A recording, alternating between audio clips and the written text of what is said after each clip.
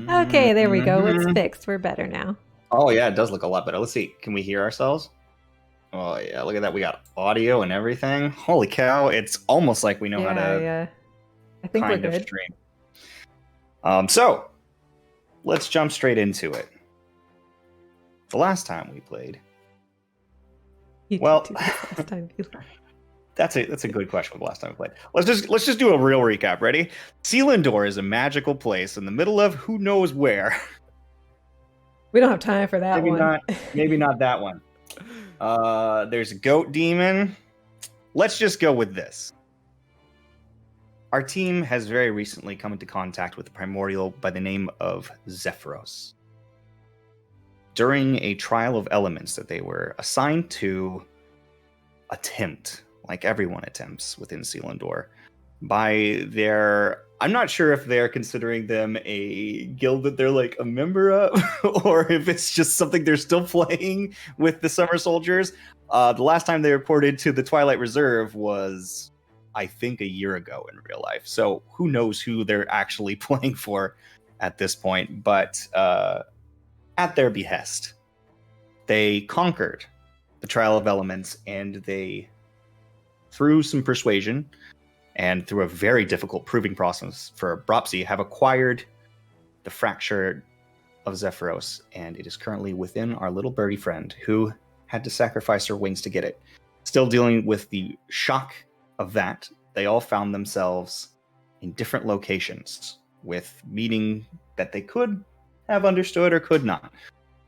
But finding out that they were very recently described to be chosen ones by Ager, who they know to be some sort of religious entity as far as the people of the Underwhelm are concerned, but they're not entirely sure what it all means. But they agreed, at the behest of a Merid by the name of Garblot, to take on these roles and to challenge the Sea-Sworn Temple. The virtues of the Sea-Sworn Temple, and I'm going to click to this real quick, because my players might want to know this too, since they've met them and it's been a while. Come on. Let's see. There was Chaz. There we go. Include a Lokotha by the name of, well, Philanthropy, but they call him Phil. A Hammerhead Sharkfolk by the name of Innocence, or Ino. There was a Triton, Hugh, Humility. A Marrow with the name of Patience. A Sea Elf for Diligence, who goes by Dilly. And Chaz, the Kuatoan.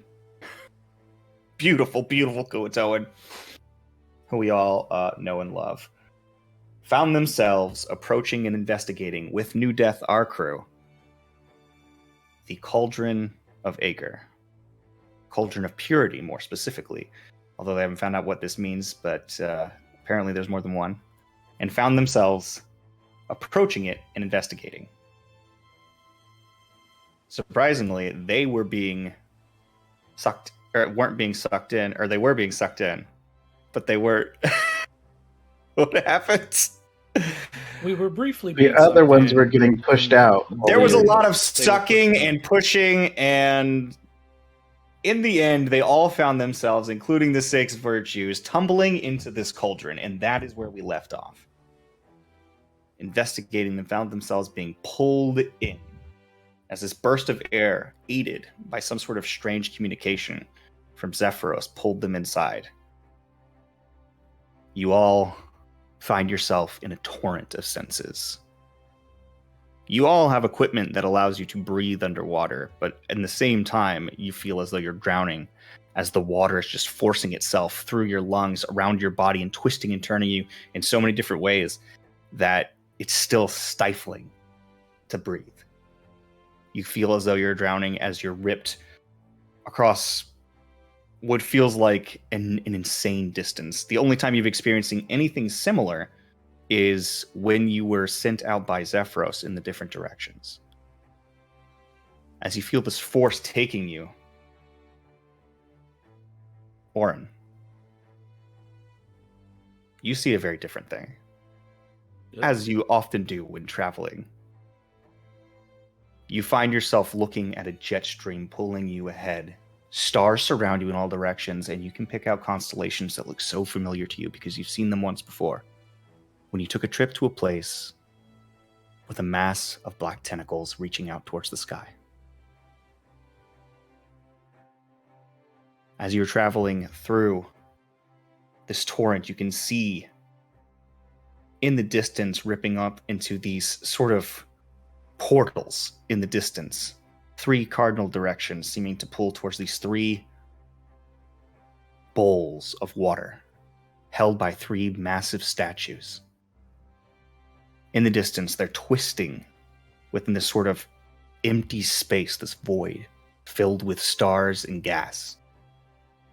And as you're being ripped towards it, you see you're heading towards a specific one of these, and you get a sort of look at it. And you see something reaching out, trying to catch you all as you make your way through.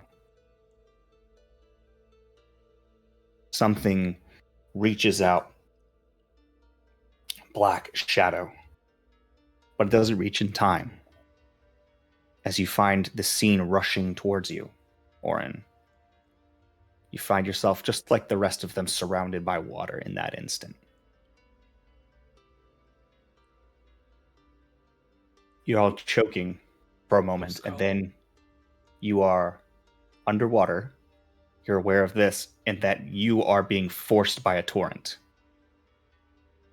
Is there anything that you would like to do now that you are you're sort of twisting together in this moment? It's almost as if you can see each other now sort of poking up around you, and there's just this twist and torrent in all directions, and it's kind of like being in an underwater tornado. Can I see anything outside of this tornado? Make a perception check with disadvantage. Oh, a flat roll then. It's a 22. 22. Yes, you can see around this torrent there are fish. Tons of fish. Including shellfish as well, like shrimp and crabs and all kinds of just weird crustaceans. And all these things are being sucked in towards the center with you. And you can see as they start to come in, they're just kind of like, you just look to the right and there's just this fish going. And he's just like, this fish is like giving this fuck, we are fucked, man, like expression to you. Is there, I mean, like, okay, so all these things are getting sucked with us in the tornado. Mm-hmm. Like, can I see? Beyond that, you see water moving, like in the distance. It's like you're very clearly underwater, and you can see, maybe you can make out with a 22 a bit of some rock and coral on the exterior around you, but it's murky.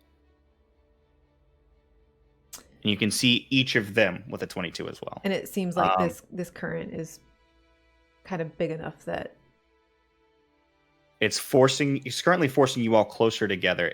And do I think it would be possible to get outside the current within 500 feet?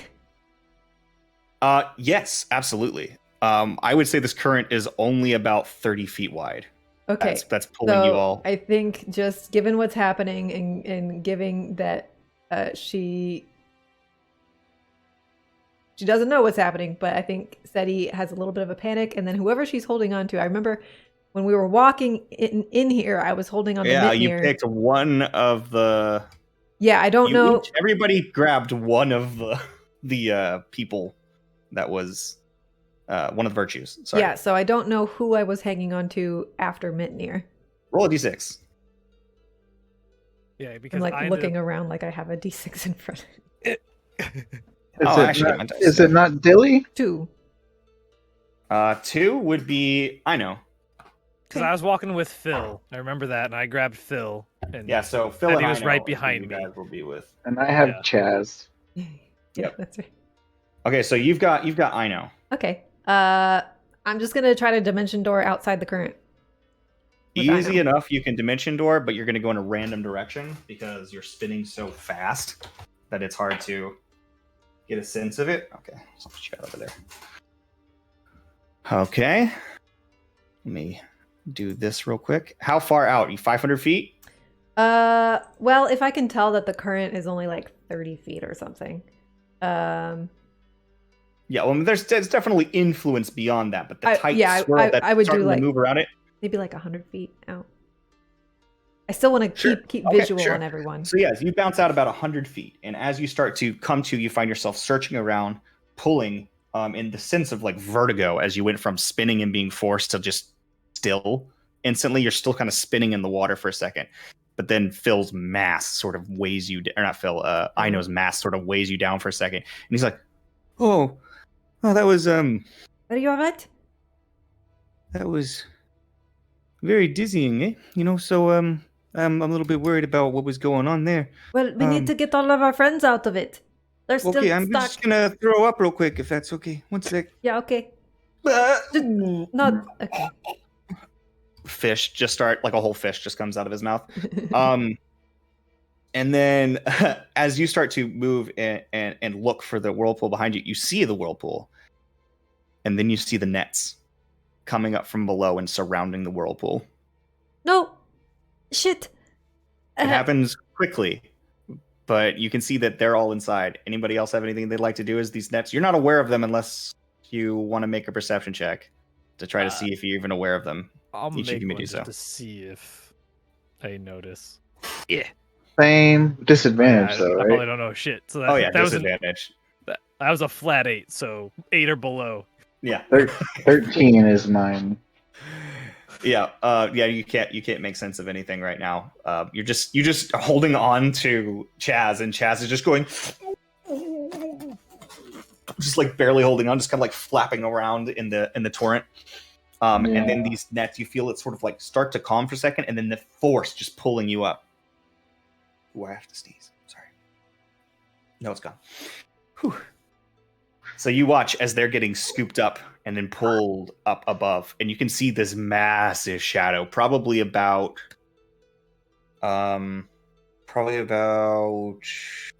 maybe a football field and a half long.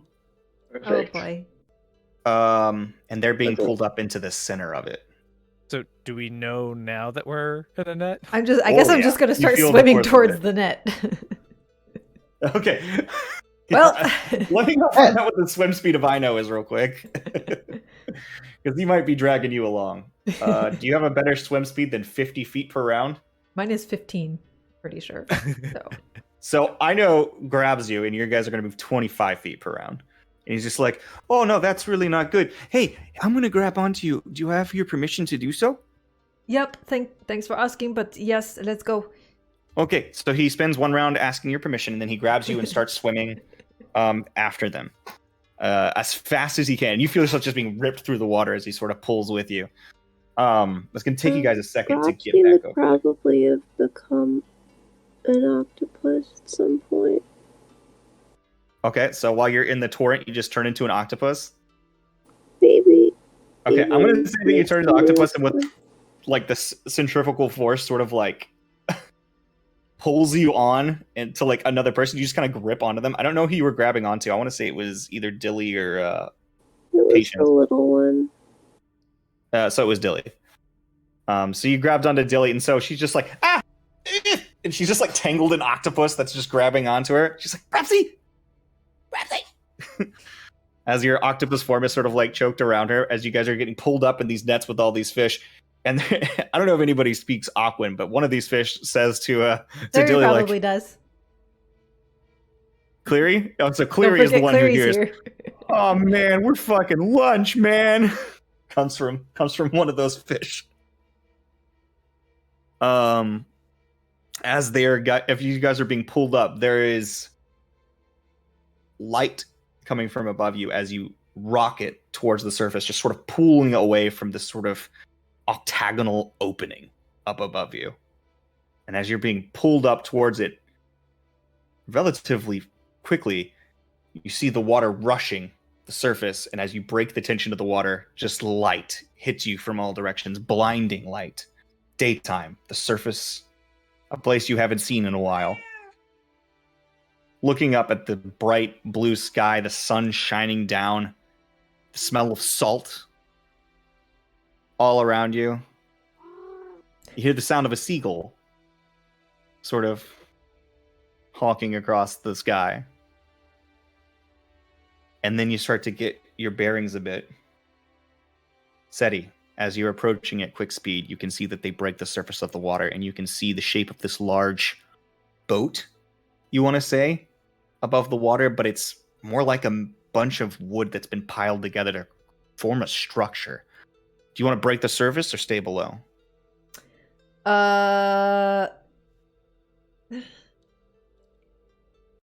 Let's see if we can follow it stealthily. You think you're up for that, I know? I can try. Okay. It's not really my thing, but I'll do my best. And so as he starts swimming, he slows down a bit and begins to try to sneak your way through. Make me a perception check real quick. And then subsequently after that, I'm making a stealth check. Oh, with big, huge hammerhead shark boy. 26. 26 perception check. Okay. You see that there are fish moving through the water, but there's also large, almost humanoid-shaped fish about 100 meters out under the water near the bottom of whatever this is. And you can see that they're just like hawking spears, or harpoons more specifically, at like fish. There are individuals that are under the water, and they don't seem to be like paying attention to the net much, but you can see that they're doing stuff, and they are armed. Watch out for those. I know. We don't want to get speared. Yeah, so this would be about like 2 o'clock and about 100 meters away, and then another one at like 9 o'clock. And just probably no more than 100 feet. So, with your stealth check, you hear he's like, "Oh, I'm gonna really slow down. I hope that's okay." And he starts to slow down some more. And then as he's swimming, he's like,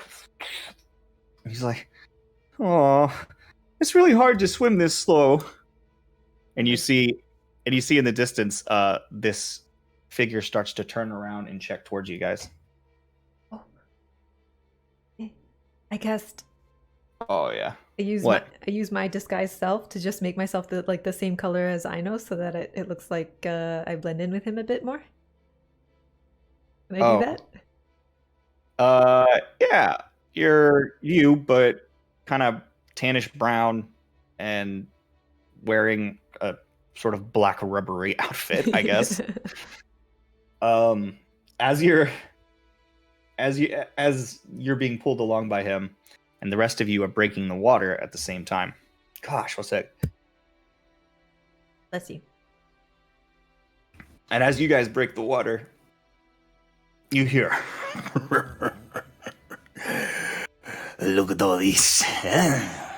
We have plenty of fish now." "Great. You're doing wonderfully. I'm very proud of your nets."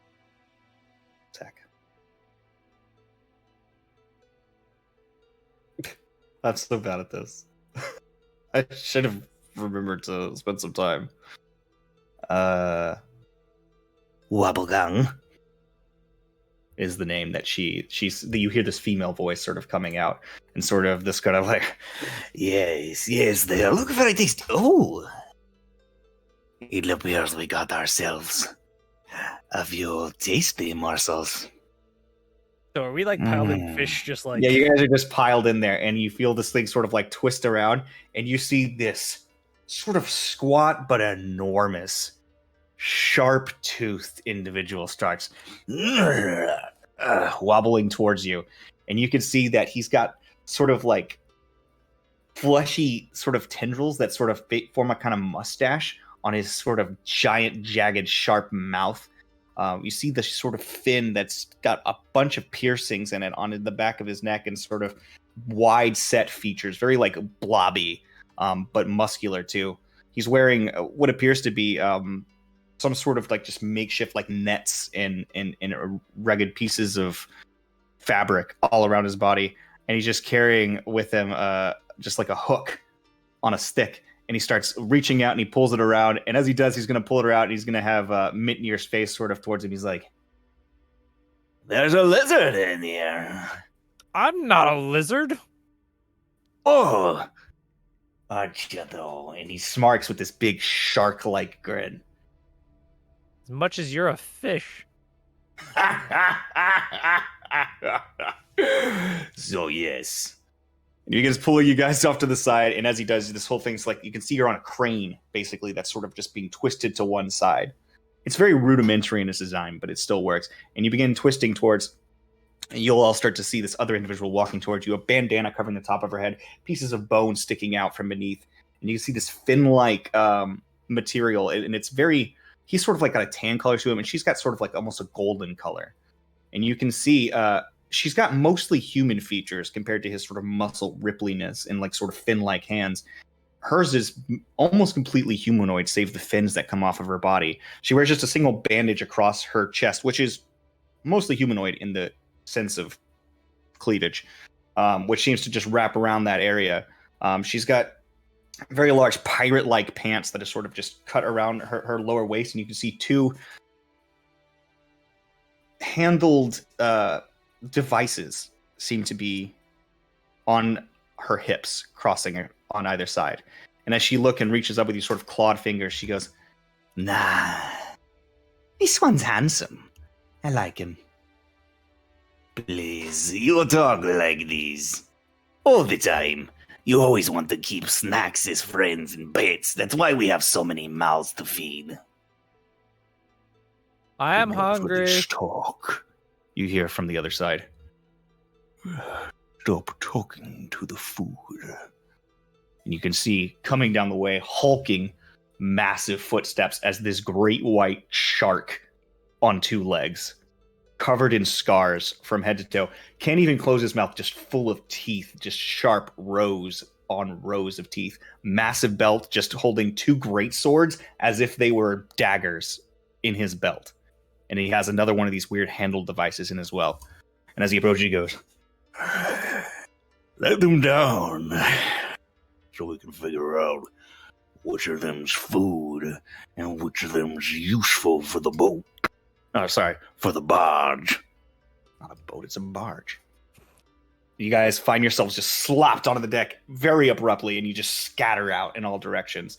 He starts walking towards you, like just hulking over you. Meanwhile, outside in the water, you see this very slender, shark-like individual sort of like twisting towards you. Very narrow, sharp face, but very humanoid in a sense, except for that it's bald and sort of has that very shark-like rubbery flesh. And as they swims up to you, and he comes up close, his arm swinging behind him, and he gets up to I know, he says, Hey, you're new. I know.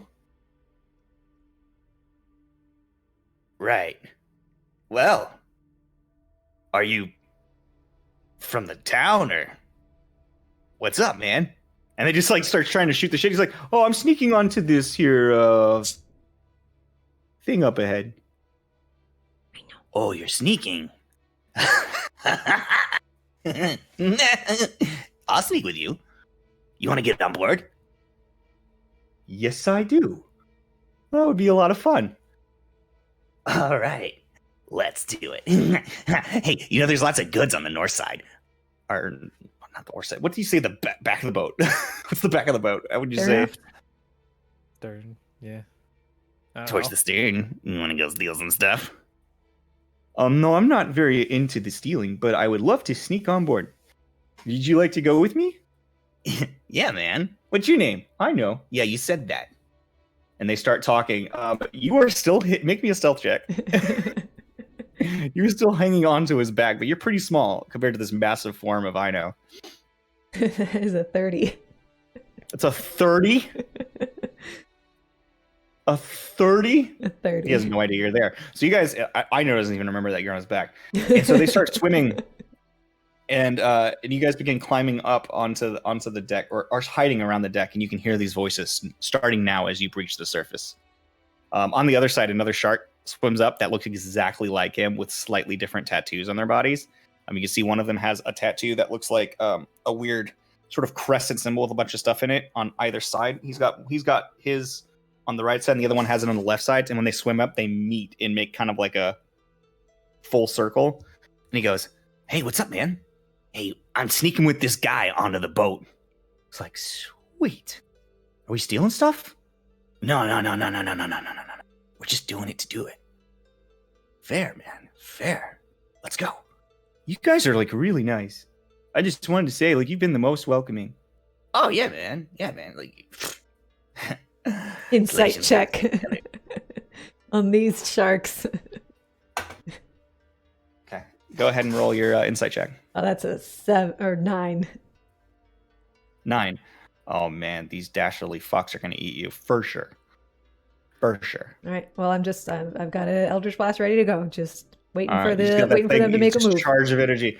But as you guys sort of breach the surface, and you can see these two there. You're kind of just like still hiding on his back, and they have no idea. You're just like folded in between his like fin and like this back of his arm meat, and you're just like. And you can sort of hear this conversation starting as you guys slop out on the floor. We're in real time now. Everybody's here, and they say, so, what can we do for you? There's a whole bunch of you here. and as he starts walking over, you can see he's like lumbering. You got to say this big hammerhead shark's got to be about 8 feet tall, maybe taller. He even lumbers over the form, and just like the meat, the width and the girth of his arms is about the size of Mitnir's body. And as he pulls up, he's just like, look at this one. That's a nice bit of... So what you got there on your back? Are you a proper warrior? Just kind of If stare not, at you will him. make a very good rust lizard. Don't talk like that. I think I might take him in as my own. I didn't get to claim one last time like the rest of you. Please, you're overdue for your own. But, you know he's not gonna be enough man for you. Please, Captain. We've already discussed this. You're not my type. Dumb. Please. That aside, where are we? Oh, sorry. Welcome to the Bodding Barge. and he gestures around, and you guys see that this place is like a small town on water. Inside of this sort of octagonal gap of water, you can see below there's just like nets, and you can see in the distance there's like children of all kinds of like sea life just hiding behind boxes. There's other individuals that have looked over at you guys, and they just sort of went and went back to work. Some of them are like just working on the barge. Some of them are up to things.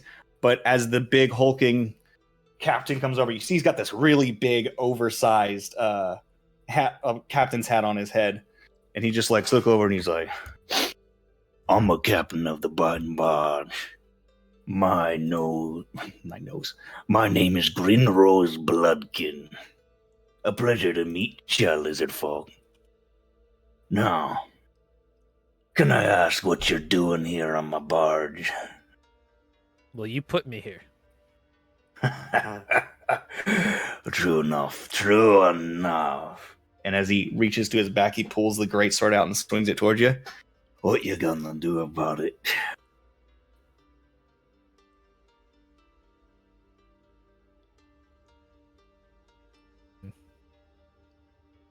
Just gonna pick up I'm gonna pick up whatever like shrimp is around, just on like from the rest of the stuff, and just go. I like you. I like this one. You're fine. Reaches towards you and you hear, well, he might be fine, but I for one am not fine being caught up in this situation. Thank you very much. And you see the Triton, Hugh, just starts plopping fish, pulling them off of his outfit, which is significantly fancier looking in the filigree around the edges than everybody else's. Says, this is not a way to treat a virtue. Oh. I see how it is then. Virtues, is it? And he pulls out his other greatsword. Well then, if that's the way it's gonna be. And he immediately pulls up the greatsword and swings it down on Hugh. I want to try and pull mine and block. Ooh, make me an initiative roll. Okay, we're gonna do an initiative roll. Combative. Just the two of you. Ooh, that's a natural 19. But his dex is +0, so that is 19. I have a 19 also with a dex +2. Ooh, you catch his blade just, and as this is your new black greatsword, right? As you, as it hits against the metal, just clanks against it. There's a moment where you're like, "Holy fuck, I'm going to lose this." Make me a strength check, actually, with advantage.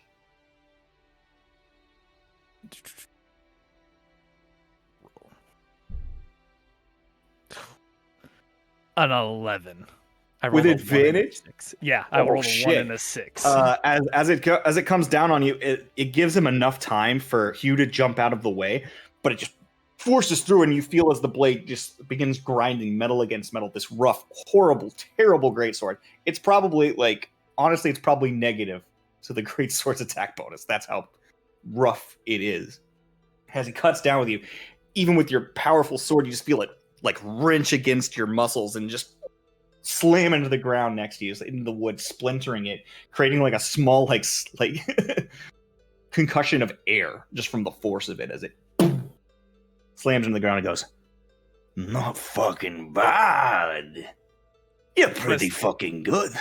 Spits out the little bit of whatever I had in my mouth that I was eating, just like, I was eating. Sorry, but I can't suffer these damn virtues. He was like, I dare you, sir. Please try that again. He says, yes, try that again. You're probably just thinking that you're very powerful because you're very big. But you know, we're way more powerfuler than you. So I want to then swing the sword to the, not Chaz, who's the other one? Hugh. Was it Hugh? The Swing Triton. it up just to Hugh. And I'm not going to try and hit him. I'm just going to stop the sword close to him. Pointing at him. Yeah. Yeah, like, just like, and just like, Make me a persuasion check. How far away am I from all of this? You are at the base ground here. You know what? Let me organize this a little bit better and pull you guys onto the map. oh, it was almost at 20. 14 plus 6 for 20. Dirty 20. It was like on the 20 and goes tick. Yep. Hate it when that happens.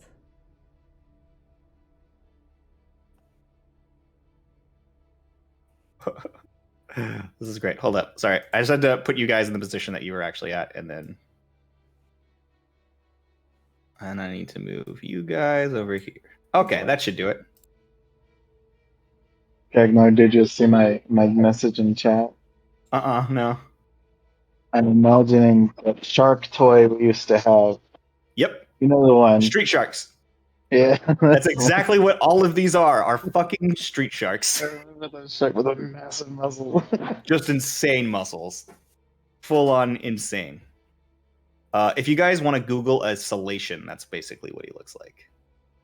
Selachin. So, like, how far in terms of feet do you think I am? Use your... Hold up. Is this not what I think it is? Let me use the... I think it's... Nope. Yeah. So, 20 feet. I'm like 45 feet from Mitnir, but 20 feet from the guy that's aggroing everybody? Is that one of the virtues? This... Okay. I can't... This guy right here is the big shark. Yeah. Look how much bigger he is than Mitnir. Yes, he's huge. Okay. The Triton, sorry, I gotta put everybody where they are. The Triton's here. She's an octopus, but she's hanging out on Dilly. You've got Patience there. I'm gonna say that this is about the layout you guys have. And Phil is kind of over here. Phil's like... Phil's already quiet, but he's got... you can see that he's already pulled what looks to be like an orb out from his back, and he's just kind of like holding it at the ready, and it's kind of like just sort of floating on his hip. It's just going to start taking armfuls of fish and tossing them back in the water, just casually. Oh, as you're doing that, this individual says, just comes up to you, and he's like, This is no way to treat my fish. and you see as he pulls and points the hook at you, he grabs you under the chin. And he's like, I don't want any of that now. They're fish. They go in water. No, these go in the bellies. and you see, this is the other one. I think she's a little smaller than this. Yeah, and she's gonna be there as well. And she's like, Trust me, you don't want to piss him off. Okay, just they thought they wanted to go home. he points it under your chin. All right, back to you though. What did you roll for your persuasion check? Dirty 20. Dirty 20. Yeah. So he shuts his mouth. We've got a lot going on right now. Seti, you're over there, and you can hear the twins, and they're just like, Oh man, something crazy's going on deck. Shh. oh, Oh, I'm hidden. No, never. But I'm. Oh yeah, we're supposed to be sneaking. Don't yell. Oh right, yeah. I'm gonna cast Mage Hand, okay. which I've never done before. I did this whole fucking campaign. I've never used it. But and maybe like these. I don't know if I have line of sight on these like barrels up above me. Mm-hmm. But could I possibly get like the Mage Hand to just like yank one open or knock it over, create some kind of a ruckus? So I will say that you do not have. You can see that there's kind of a bit of them, but not enough of it for you to see what's really up here, because this is Yeah, taller here. yeah. Then I this figured. is one thing, and this is a building that's above it. So that's about 10 feet above Okay. where these are.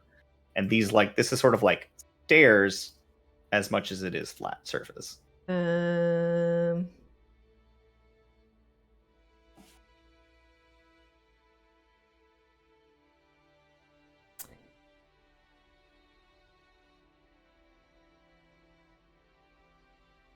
trying to figure out what I could do with what I can see. I think I don't see any like guards or other people in my vicinity, right? Looking around, you can see that there is a small Triton child that's hiding behind a barrel up and to your right. And I'm just not putting all the Right. non-combatants on the board because it was just ridiculous. Because he's hiding, he's just like, and just sort of smiling like this is really exciting. Do I think if I stealthed properly, would I be able to get like, I don't know, up around this building or like climb up onto it or something without alerting the child? Who knows? You could certainly try. I mean, is the child like in the shadow of that building or is he like on the other side? The child is in the shadow of that building. Mm-hmm. Okay.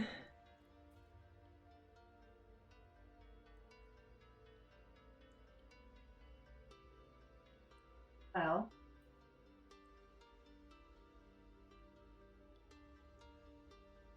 There's also like 2 or 3 people just like down here just having lunch. They're just like not paying the least bit of attention. Can I instead use the Mage Hand to try to like untether this boat that's hanging off the side of the barge What? nearby? This one? Yeah. I mean, you can try. Like I said, you could Yeah, try. I'm trying to make a ruckus, so let's try to get the Mage Hand to like cut it loose or something and make some splashing and some. Oh no! Just make our me boat. a dexterity check. Okay.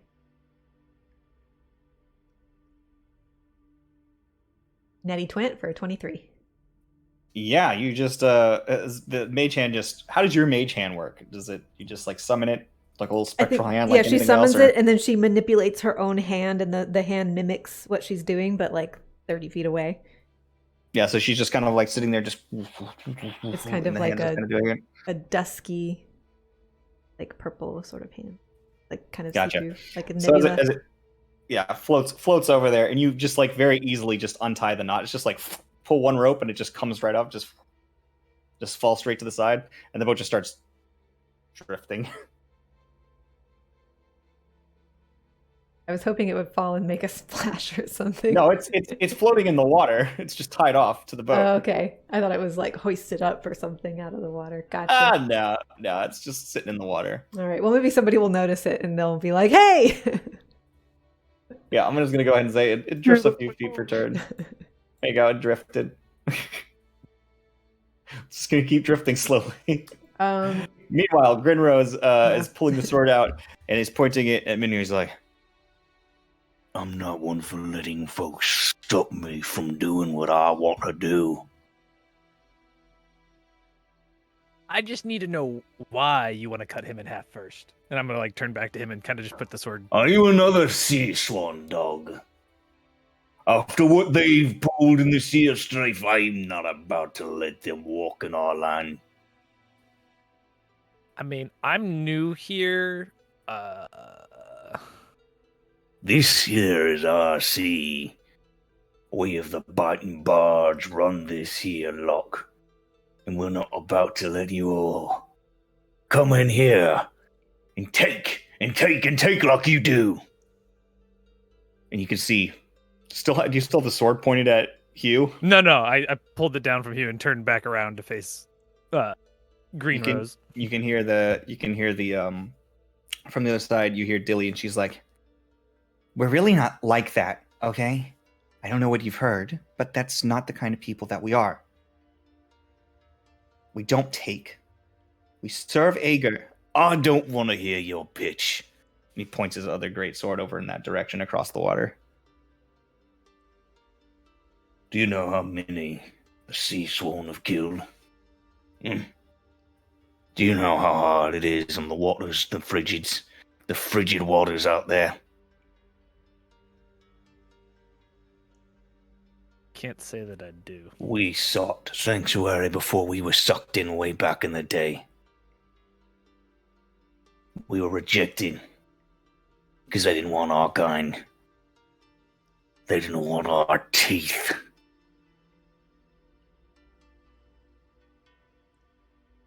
So no. If you want to stay here, fine. I like you well enough, Lizard. But they got no place on my barge. You just can't kill him yet. Make a persuasion check.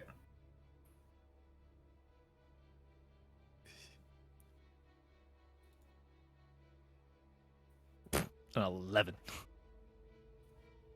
Okay, he looks at you. I'm just gonna roll, and if I roll higher than 11, I have an Eldritch Blast ready for the first sign of trouble. That does 16. He said,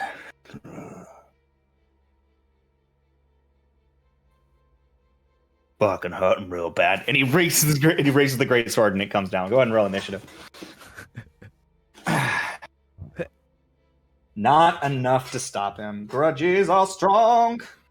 Nat 20 initiative for a 22. Anybody who wants to, take anybody action. who wants to stay out of a fight, you don't have. This doesn't have to be combat if you don't want to. Just remember, things are more fluid than that. But we want everybody to roll initiative so that we have an order for you. I'm just gonna have the C4 go at one time. Ooh, they're going late. Oh shit. Hey, babe. Will you take initiative for me? I don't have a pen. Let me bring you one. Thank you.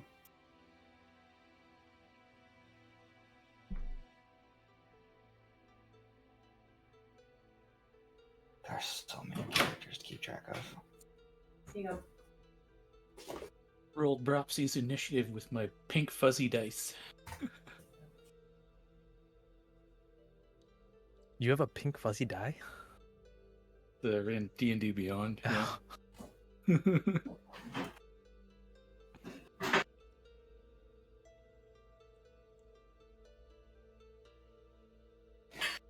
Okay, so 25 to 20, or yeah, 22. and then ooh.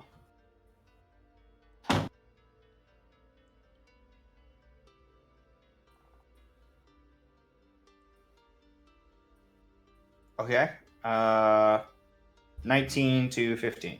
16 for Seti. Grim is a 19. Dropsy's a 17. And Orin's also Orin is a 16. 3. Okay. I have no eraser. 22. Grim. 19. Propsy's 17? Yep. Orin probably goes before SETI. Did all of us just roll really good for initiative? That never Mhm. happened. It's okay. That means we're gonna miss every attack.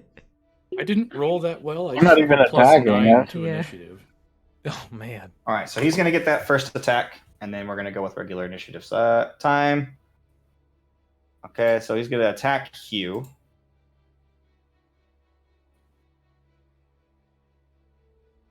He pulls his greatsword down. That's definitely going to hit. So it's going to be G8. Or those D6s. Greatswords are D6s, yeah? Great sword, yeah. Great 2d6. swords, 2d6, yeah. Yeah. So, holy shit, that was max damage. Second one, natural 20.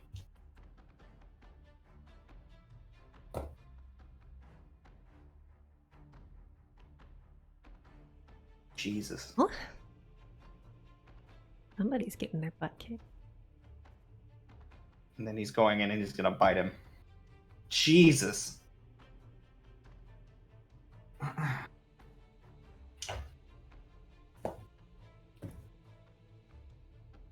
Okay, so you watch as this massive thing says, but I could hurt him real bad. Immediately takes the greatsword, smack, like pulls it up and like rins through, like steps. So he's gonna step through to here. He's gonna like run through, pick him up into the air, takes the other one, slashes him. He hits him against the wall and immediately reaches down with his teeth and just bites straight into his side and just rips it out. And he watches the Triton Hugh goes, and just falls to the ground.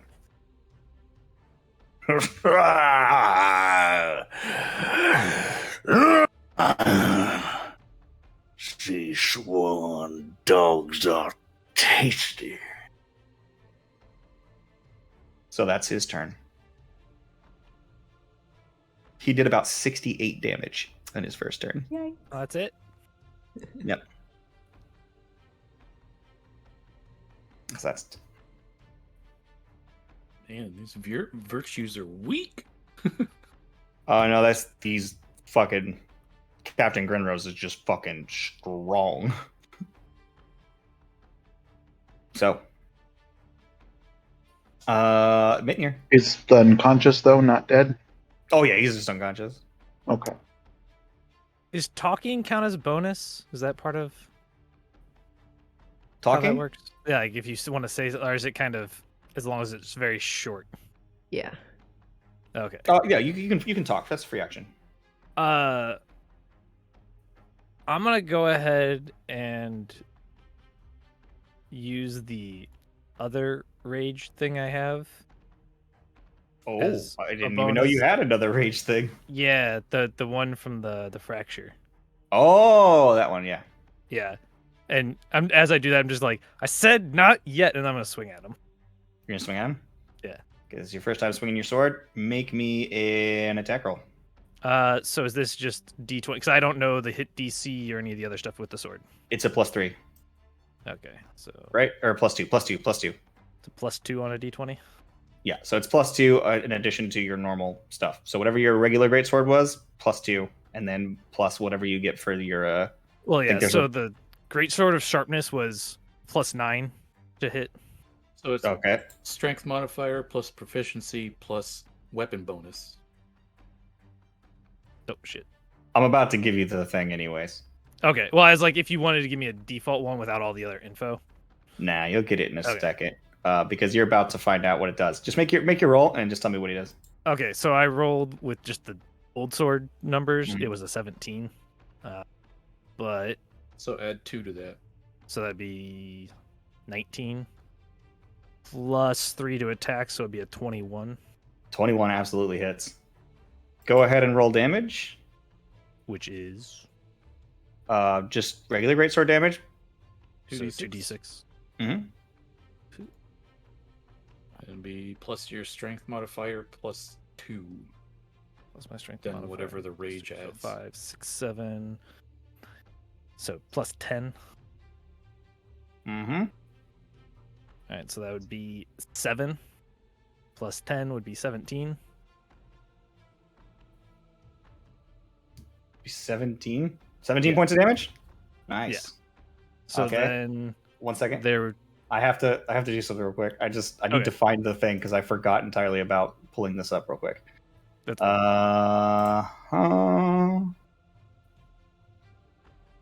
There we go. Yeah. So as you strike into it, you see that the blade hits, and as it cuts into his flesh, he goes, "Ah, ah, ah," and then as you watch as the blade goes, "Ah," and bites as you watch this massive jaw come out of the blade and rip into his flesh.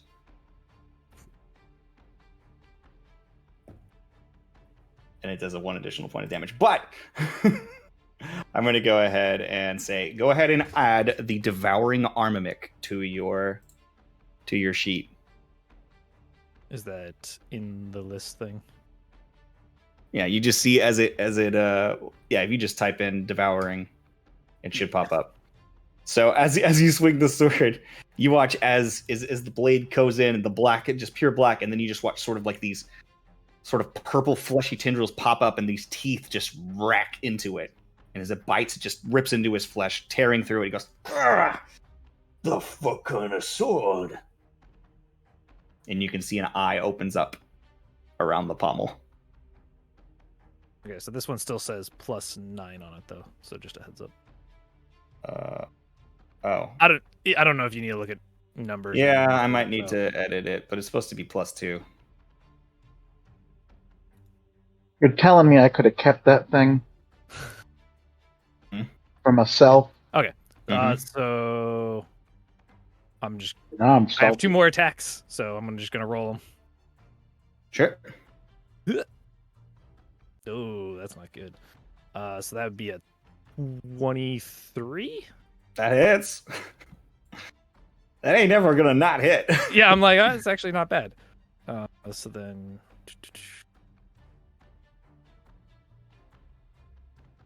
Sorry, I'm also trying to go back and forth and read the ability thing each time. So that would be 12 more points of damage. Nice. 13. And then. One Plus more. 2 from the weapon, and plus 3 from rage, right? Yeah. Oh. Yeah, so more than that. I didn't add the weapon damage. Sorry, getting used to new stuff. Yeah, I'll fix that when I get a chance. So Or then, have Beelin remake it so it doesn't suck. so that would be That's a how to make these things work. 19 on the final one to hit. 19 also hits. Yeah. So the damage. So that would be 14, 15, 16 plus 3, so another 19 damage. Damn.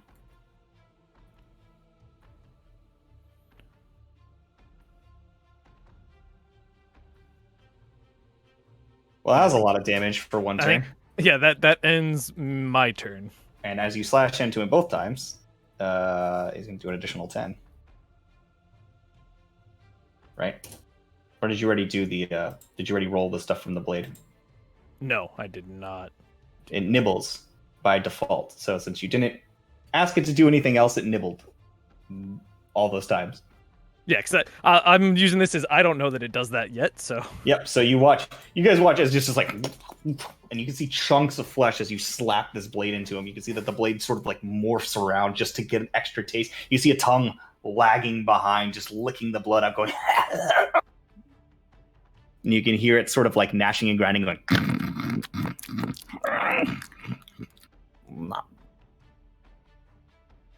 Oh, I know what that reminds me of. So, with that's your turn, Grim. Well, It's up to you what you want to do. I mean, he's obviously fighting the captain. Whatever you I'm want to kind do. of interested to see what happens. Suppose this guy's got like a hook next to me. Just, guess yeah, I'll you just just- gotta point it under your I'm chin. just gonna turn to Chaz and be like, "Hey, I think they want you to get off the barge." And that'd be my turn.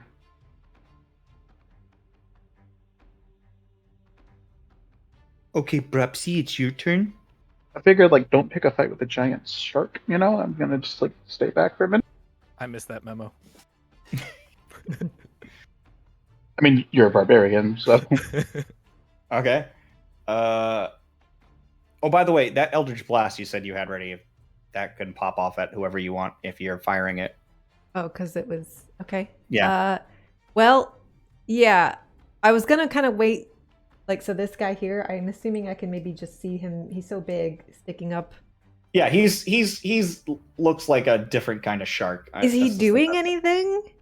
Him? No, he's just got his arms crossed. He's just standing up there. He's just standing there watching. So I guess No, he's literally just watching, and he's just as big, but not like he's a little bit leaner than Grinrose, but he's a very muscular, like similarly shaped shark. He looks like small, a little bit smaller, but like the same kind of feel from him.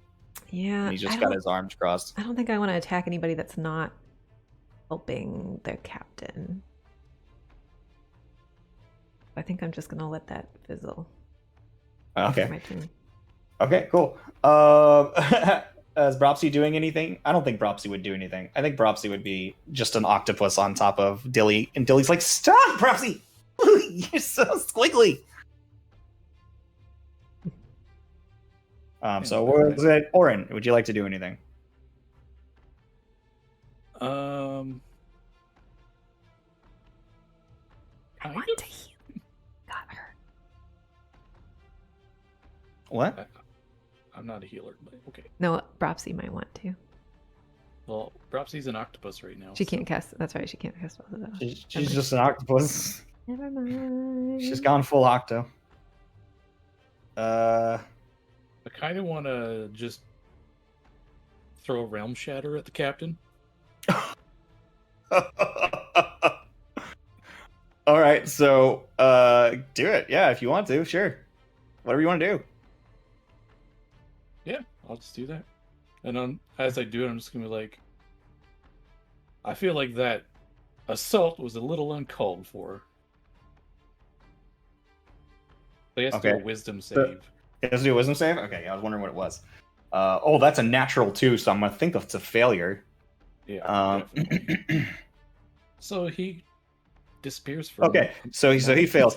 All right, so you guys watch as he's like, "The fuck kind of sword is," and then you guys see this sort of rip open up behind him, where there's just like this sort of light falling into a black space, and he just goes, "What the?" And he just sucks straight back into it, and it just like for a minute, like it looks like it's squeezing his body, like because he's too big to go in, and then it just twists and then half a second later, just slam straight onto the ground in the same place where he was, but he just goes.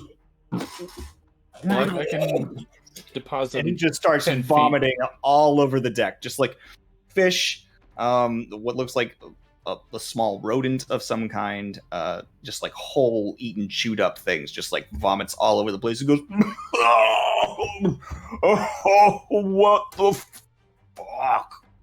I'm just gonna move him back to where he originally was, because I can move him 10 feet from where Oh, he yeah. disappeared So you're gonna move him back over here.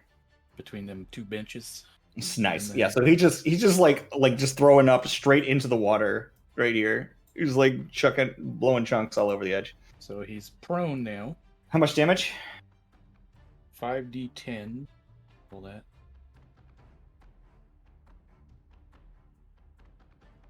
27 psychic damage. It's not bad. So as he's just like, not his turn though. So that's gonna put us at Seti. Would you like to do anything? Well, I think I need to get a better position. So I want to try to maintain some stealthiness, but get up at least on the level with them so that I can actually see the captain. Mm. So I don't know if I don't know what my options are in terms of where I can go to get there, but if I have to climb up that building, one of the buildings. Um, I mean, you can. Who are you trying to reach? I'm just trying to get a visual on the captain so that I can at least see him to help out. You could see him because he's like blowing chunks over the edge right now. Because of the angle, you can see him through the netting here. Okay. You can still have a line of sight on him, yeah. Because you're lower and you'd be seeing him through the gap between here and here. You can see his head. As long as you're on top of Ino. As long as you actually can see over the edge. It's about like a 4-foot rise out of the water, but he's peeking over the edge, so you'd have to make yourself visible to check. Okay, that's fine. All right, so we'll say you're just like on top of him, like right there. And they're just like the two ends are just looking on and they're just smiling. They're loving it. They're going, "Oh, cool, what, Captain?"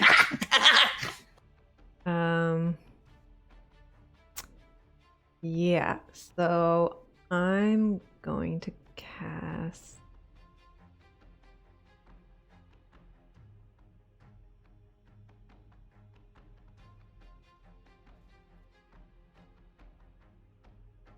Yeah. But I think you're right, though. Bropsy would have dropped her thing and started running because she can't fly anymore in this direction. How many feet can she run? 35. 35.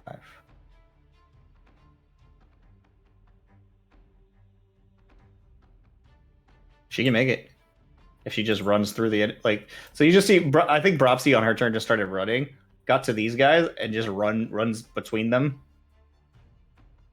and they don't use an attack of opportunity. She's just gonna run in there and she would lay a heal on him. Okay. So can I actually move? Yeah. About there. So you hop out of the water, Get up on and jump off of his back. I know's like, "Oh, are we going?" And then you see the other two were like, "Where did she come from?" I guess she'll just use one of the cure wounds from the prayer beads. All right, cool.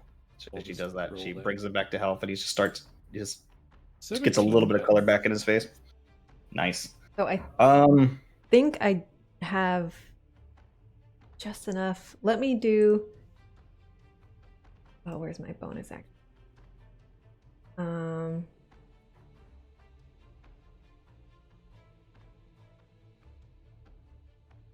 Okay, that's not the same thing.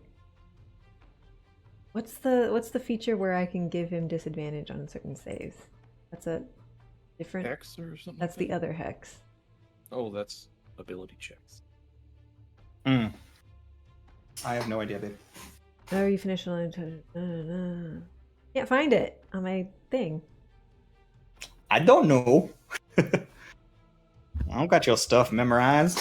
That's the spell hex. Where's the spell hex? Place a think curse hex until the does spell the extra ability 1d8 when you cast a target has a disadvantage. Okay, so bonus action, I'm gonna cast hex. Okay. I hate wasting spells. Oh wait. I can only do that if it's a cantrip, right? I can only cast 2 spells in a turn if one of them's a cantrip. Yes, you can't cast 2 whole spells. Okay, forget all that. Sorry, it's been a while. I'm going to cast. It's been a while. I'm going to cast suggestion on the captain, Okay. and I am going to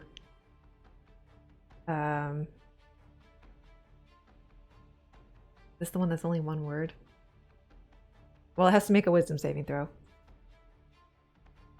Wisdom saving throw. Okay. That's a natural force. I'm gonna call it a failure. Sentence or 2. Yeah, the DC 17. So I'm just going to suggest listen to Mitnir. Okay. So you say this, and the sort of magic carries along over to him. I assume you hit your drum or something at the same time, sort of like a little Just to melodic carry sort the of sound waves. Yeah. Listen to Mitnir hits his thing, and he stops throwing up for a second. He says,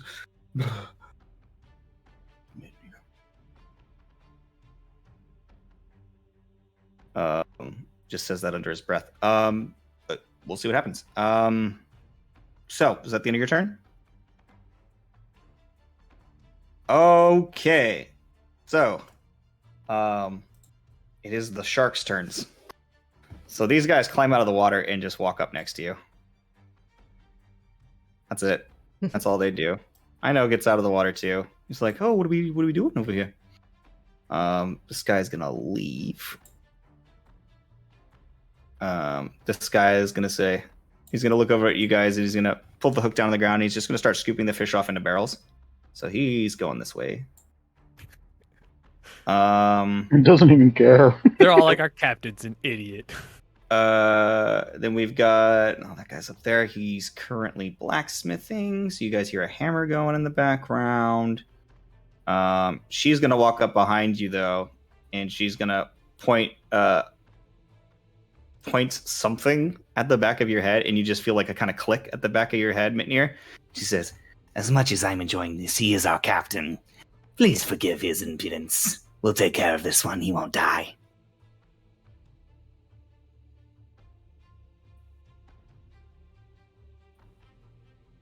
And that's their turn. Meanwhile, Phil looks completely confused as these guys go past. Like as this guy goes about his business, he like rushes back over here, and he says, "You're right there, Hugh. You look, honestly, man, just real rough." And he starts coming across. Just like, it's. Do I look okay? No, you're disfigured. I'm sorry. See tears start to well up in his eyes. He's like, "Wait, where'd my propsy go?" Chaz runs over and he's like checking it out too, and he's like got his hands up, and he's just like this, just like against each of them. Like, I don't think you should be trying to kill us, because we're pretty. And just like walking around. He's not striking yet. None of them seem to be striking because they get this vibe that Combat's dying from the other guys not doing anything. She's gonna say to Orange, she's gonna say, I'm actually a bit hard to travel on land. If you could carry me over there, I'd love to take care of my friend. Huh? If you have time. Sure, I guess. Hop on. okay, so she just sort of like is laying there, and she just puts her arms up. Okay. And then as you approach, just sort of pull her arms around your neck and just kind of try to be princess carried. I might cheap out on that and just use the ring. Okay. So as you guys are sitting there, we'll take it back up to Grinrose, who is just sitting there.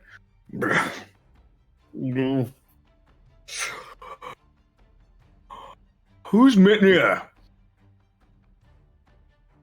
Just kind of huffs. I know it's not my turn. I think Combat might be dying, so you can respond if you. Just like, my name. And just kind of puts the sword away and turns around and looks at Yeah, as you get the sword putting away and you try to put it away, it starts biting your fingers a little bit, like just nipping at them. You can feel the handle just kind of smack it and so you put it in your back. And then just kind of like over my shoulder, look at since I don't know what it is, just the thing that was pointed at the back of my head, just kind of like. You look and you see just like a piece of wood with like a hole in it pointing at the back of your head. Kind of let go of the sword and be like, I put it away. There's like bits of metal sticking out of it in random directions. You have no idea, man. And he started it. She says, fair enough. Completely understand. Those scars are mostly from his own stupidity. No offense, Captain. Excuse me. Oh, sorry. Excuse me, I can't listen to you right now. I'm listening to Mitnir. Right. No killing right now. He kind of like rolls onto his back and He's just like, "Oof." And he just looks at you, and he just like sort of sits cross-legged and just kind of stares at you and is listening. So what you got to say? Those guys, even if you hate them, might know something that we need to know. I probably won't make heads or tails of it. I threw up a little bit of him into the water. You guys might need that. I think it's his left side of his abdomen. We'll figure it out. Oh God! Oh God! I'm a half a person. So ugly now. Guess if I'm free to move, I'll telekinesis this chickie in the air and just. As she just like floats in, she's like, oh. She tries to make it look graceful as possible. She's just like, And she floats through the air. She's like, I suppose theoretically I could get used to this. She's like, and then you hear Dilly's just like, wow, you look like shit, Hugh. And he just starts crying. He's like, it's okay. You're still pretty okay looking. What does that mean? And they, as you float her over, she comes like, she's, calm down. We'll make you just fine. And she starts casting a series of curing and whatnot. Meanwhile, there's a lot of tension around this situation, and it's kind of just dissolved into nothing very quickly.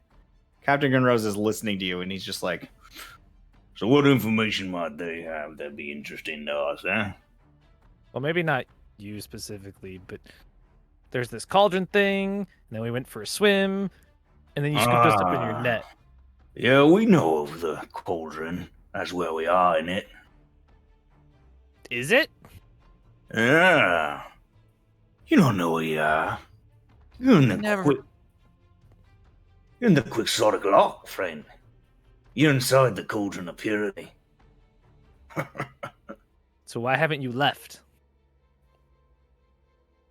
he sort of sits up a bit more and kind of like looks around, stretches, sort of like scratches at his bloody wounds that are kind of just like bleeding out into the water, and he just like looks around in all directions. He says, "You see a way out?"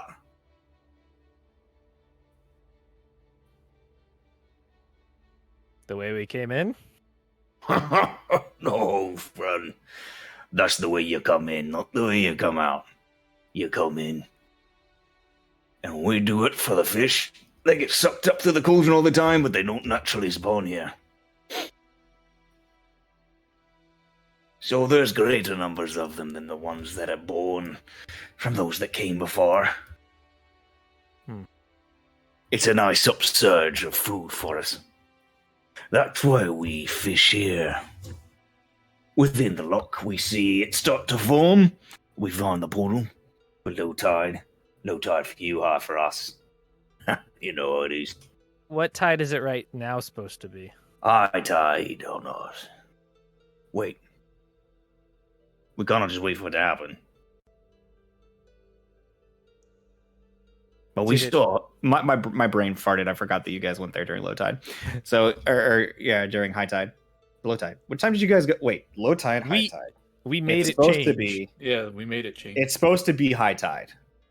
Wait, no. It's supposed to be high. It's supposed to be high tide. Yeah. So he's like, It's supposed to be high tide. There's been a hiccup there for a second where it went away, but it came back. You have anything to do with that? Shrugs like, oh. All right. Enough of this then. Fine. I won't kill your friends right now, but I had me a taste and you'll get over it, won't you there? Your virtues. Please. You're all fine. and you see they're just glaring at him. Sort of slumps onto one side of his head, stands up. Welcome to the Biting Barge. Please make yourselves at home, but not too at home. You can stay the night, but after that, I want the fucking sea swan dogs off my barge. The rest of you, trial bases. But if you're part of the sea swan, I don't want you here. Savvy. kind of nods at him. Meanwhile, their little boat is probably a Yeah. way now. Oh yeah, the boat. Boat's just fucking. I mean, the mage hand is still up, I think. Maybe I could have it try to go grab it and haul it.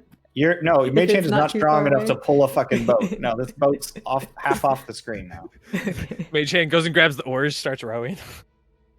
And is it? You hear from the other side, it's like, Captain, we're losing a boat. I don't give a fuck. I know. You watch as Do you you think watch as this guy's like, they'll get it, and jumps into the water, and he starts bringing the boat back. But we don't need to keep moving these guys around. if we're going to steal a Because boat, we might as doesn't well really be in matter. it? And it says stealing is wrong. Not if the people you're stealing from are trying to kill you. Are you gonna kill me? No. He turns to the other guy. No, not you. Not yet. Yeah, are you gonna kill me? Oh no. Says, are you gonna kill me? What? Nah. Why would I kill you? You're one of us, man. I'm a virtue.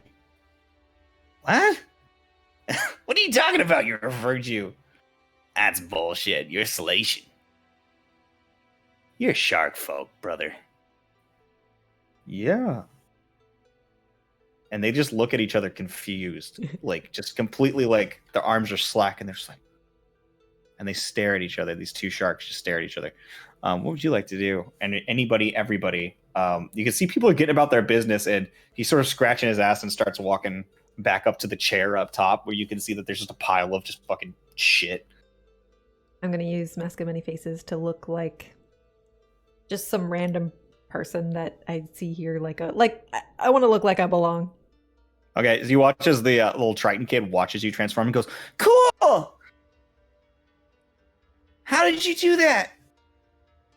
It's secret magic, but I'll teach it to you if you keep the secret. What's the secret? Is the secret that you're You can't that talk you're about magical? the magic. Doesn't work if you talk about it. Oh no! So you have to stop talking about it for the magic to work. Okay. Awesome, thank you. Good job. Grabs you and holds your hand. Oh, okay. Right. It's lunchtime. You want to go eat lunch?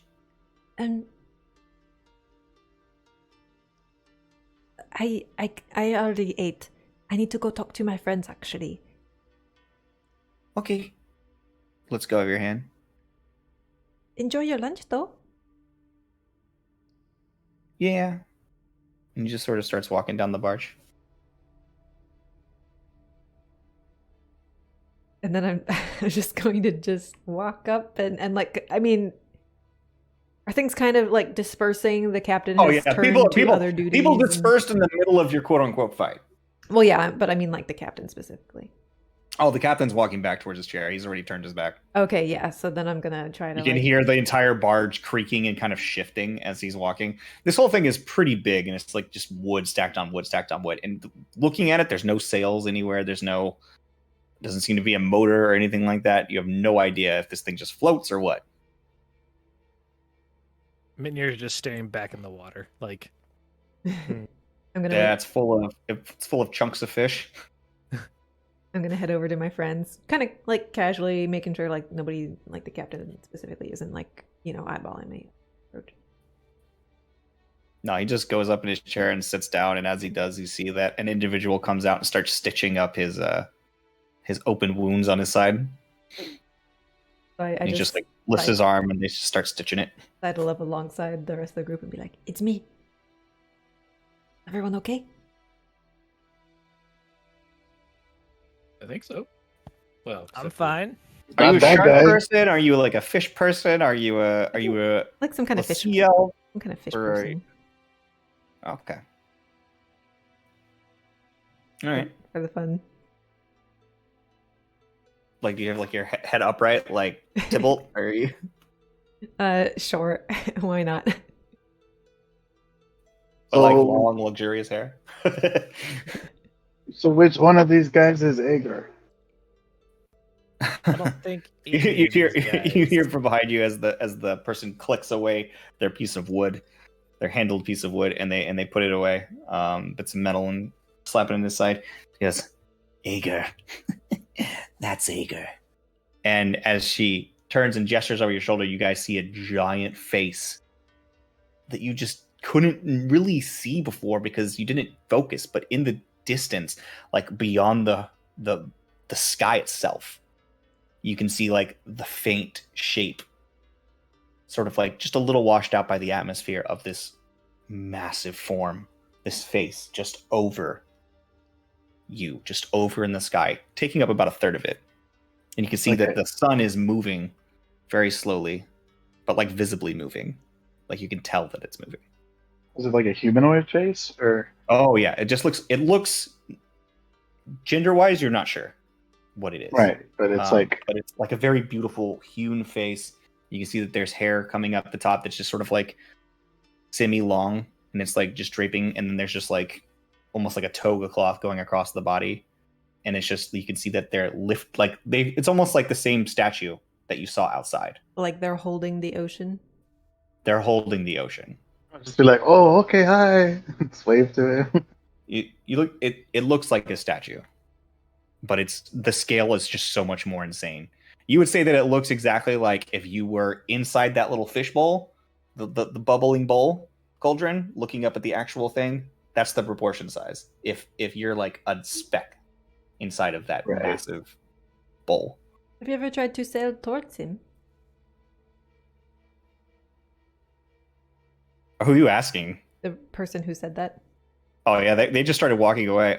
You catch up to them, I guess, and as you pull up next to her, she's like, Oh, well, we don't do much sailing, but I don't particularly like falling off the edge of the world, as it were.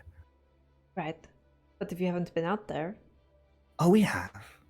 We've checked the surroundings. We all know. It's nothing more than a bowl of water. The Did you cauldron itself. Fall right off. Into the abyss. Those that fall are never seen again. You can go see it if you like. It's quite the scene, but the tides do run in that direction. It's pretty easy to get pulled over. I see. Evelyn. I don't recognize you, by the way. Who are you? Oh.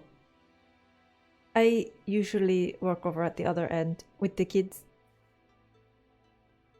make a deception check.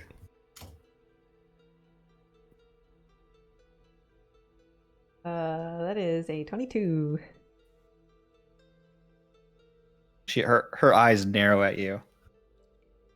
Natural one.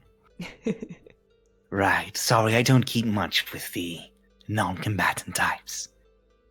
Pleasure to make your acquaintance. Officially, my name is Cressus, as you well know. Yes, of course. I've heard so. You're a legend. Well, if you ever want to get into the combat game, let me know. I'll gear you up. Me? Well, thank you for the offer. I'll think about it. Yes. And then I'll kind of drift back toward the group. Yeah, she just goes about her business, but she's keeping an eye on the group of them. You can tell that she's doing that, but she's moving fish into the barrel. The other one's like, oh man, he tossed so many into the water. Oh. Days of fish, days of fish. He's like slopping them into barrels and helping scoop. And there's other individuals that are coming to help, but you guys are just kind of sitting there, and then you can see that. I'll help slop fish into barrels if there's. Oh yeah, so you can help slop fish into barrels and everything. Look like I'm. And you guys look really awkward because everybody just moved on with their day. Like you guys are no longer a point of interest to them. I want to turn to our group and just be like, okay, all you virtues, maybe don't tell everyone that. That's part of our. You have a calling. You are correct. And a duty. I should not have said anything. Who the fuck are you? I'm Seti. Who that?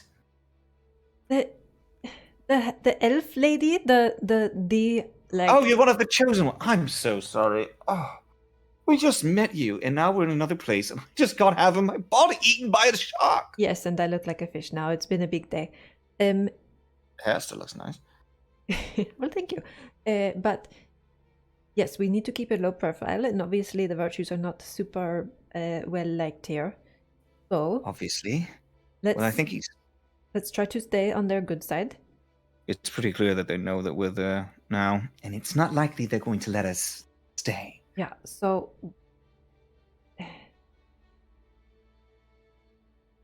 there's a boat. We could steal a boat or something. I mean, you guys you're all aquatic anyway, so you'd be fine, I think. But I don't know if we want to just jump overboard and take our chances in the ocean. I think the most important thing that we need to do is find out if there is another place to go. I haven't Yeah. really seen much, but we don't know the lay of the land of this here bowl. It's As it really were. Followed by how many other people have actually gone in the bowl? well. Apparently, a lot of people you on this mean- barge. You mean people that have disappeared? People that we haven't been able to prevent entering? Yeah. Right. This is Phil, by the way. A few dozen over the years. We keep a pretty tight shift watching, but recently, a few dozen have been lost. Did any of them ever come back? No, we've never seen anyone come out of it before. Well, one came out. Where is he, by the way? And you see Ino starts lumbering over toward you guys. He's like, "Hey guys, I met a friend." Right. It's like, "Whoa, you with these guys?" And you see the other one shows up next to him. He's like, "Yeah, that's really cool. Where you came from the outside? That's weird." Oh, he says, "Oh yeah, this is Boknog and Choklog. They're my friends. They're what kind of shark? Mako sharks. Ooh, those are cool.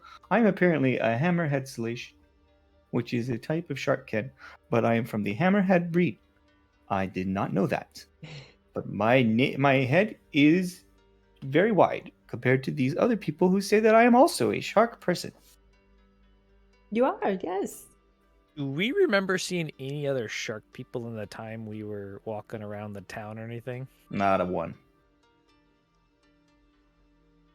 He already mentioned that he had come from the tides, right? Mhm. Yeah. Yeah. Um. I mean, it's got to be something around here. Where do they get all these boats and wood from and all these? Oh, no, we've got plenty. You guys didn't see the Crescent Island, did you? Come on. There's an island? As he pulls you over to the other side of the boat that's blocked by all this other shit, you guys look out across the horizon and you can see the Quixotic Lock as it is. The overall layout of this thing is basically a massive sort of crescent-shaped island, in the center of which you are all currently floating on the biting barge. But the water, looking through it now, is clean and clear and beautiful now that the water's torrent has finally started to subside. How far is this island? Just on the horizon? It's about, you'd say, a couple miles from you is the nearest piece of land that you can make out. It's kind of like when we were in Florida and we could see the island on the horizon. It's about that far. I remember that. Totally. Okay.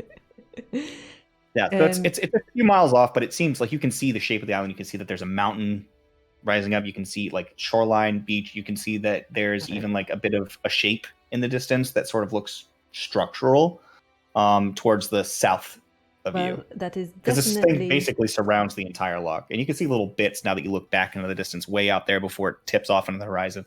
Just little bits of rock. if anybody gets kicked off the barge, that is definitely where we need to go, alright? So let's just plan on meeting up there. If anybody gets separated, just swim and make for the island. I'll ask the Ino's new friends, the shark twins. Oh yeah, they're sitting there just chewing on fish they picked up off the ground. He says, Not for eating. Stop, put them back. Is there anything else? Okay, so there's a big island. Is there anything else out in the water that's not, shark life or fish life? Or anything on the island that's like humans or? They look at each other, and there's kind of like a bit of a like worried look, and then they just kind of like, well, there is the Pure Haven, which is technically what the area is called, and what's that? get down to this thing. That's the name of the island, is Pure Haven. The island is Pure Haven. Okay. And then to the south down there is the Gap. It's a place where most of the land dwellers, the preferred land dwellers, hang out. The rest of the island is uninhabited. So the Gap is on the island where people live. It's where the island is thinnest. And you see he points down to the south, and you can see that's where the structure kind of is down there. Okay. All right. So Pure Haven, the Gap, and the rest is mostly uninhabited. And the oceans are teeming with bits of life here or there. I mean, we fish. There's a few sea monsters that have pulled their way in, but nothing too terrifying. What kind of? We're not the cauldron of life. So. Yeah, what kind of sea monsters? Oh, giant squids. Couple of us. We're basically monsters. At least that's what they said in Coral Weave, right? I don't think you're monsters. You're very sweet. Nice. You're the nicest Kuatoa I've ever met. Oh. Well, I'm an elf. Wow! You're an ugly elf. I'm in disguise. He's got you there, Seti. I'm in disguise as a Kuatoa to blend in. Oh, that's right. We're in disguise. Hey! Were you the one that was hanging out with Aino? Yes, I know. Yeah, she was on my back hiding. I forgot she was there. I'm very good at hiding. Well, I know. You gotta go meet the captain. He's gonna be so psyched that we've got another shark here. Another sharkman. Another member of the Biting Barge. You'll definitely join us, right? Also, well, I'm a virtue, so I'm gonna probably not be able to join you. I think there's a limit to the number of clubs you're allowed to join. I don't know for sure. I think that this club is exclusive. Like, you're a virtue? Still don't get it, man. So the two of you you live on this barge. Oh, yeah, we're the divers. So when Anna was talking about like sneaking on, you were just like, oh yeah, okay, go ahead. We're the Mako twins! And as they like put their arms around each other, you see the tattoo merges to sort of like show like the barge flag. And you can see that there's flags and that's the Biting Barge symbol. Right. Well, very proud clever. members. Very clever. Yeah.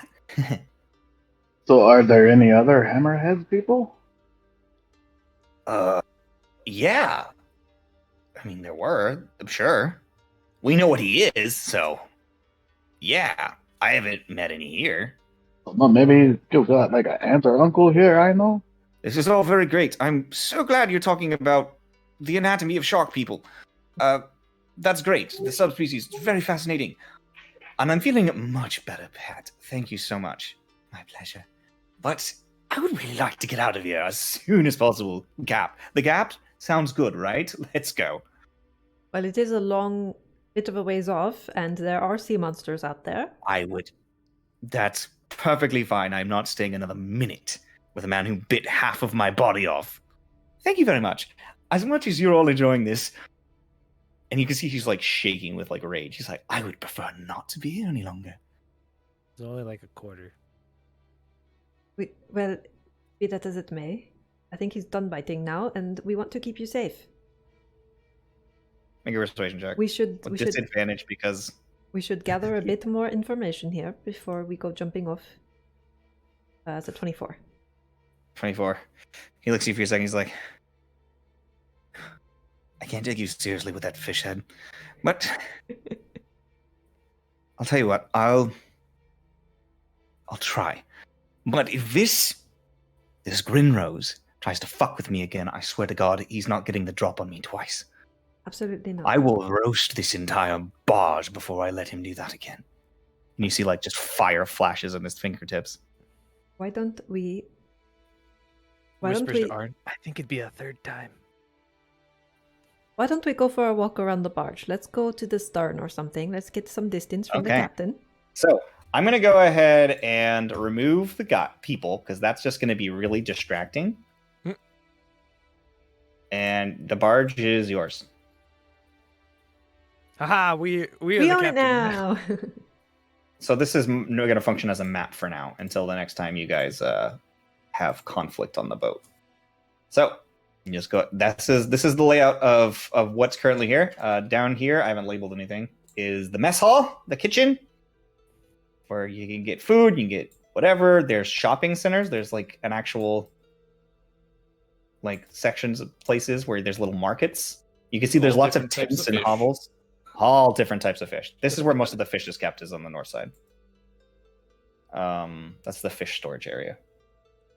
There's buildings that are up top and they're up above. Where you guys are, there's 4 buildings surrounding, each with an entrance here.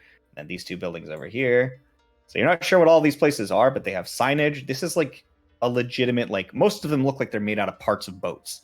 Like you'll be like, oh, so here's like a cracked piece of a boat. And it's like, where the fuck did this even come from? You can see that others are just from just random bits of scrap wood, barrels.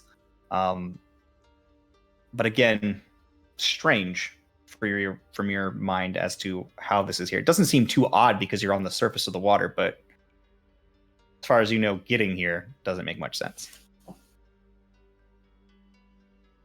But the place is yours.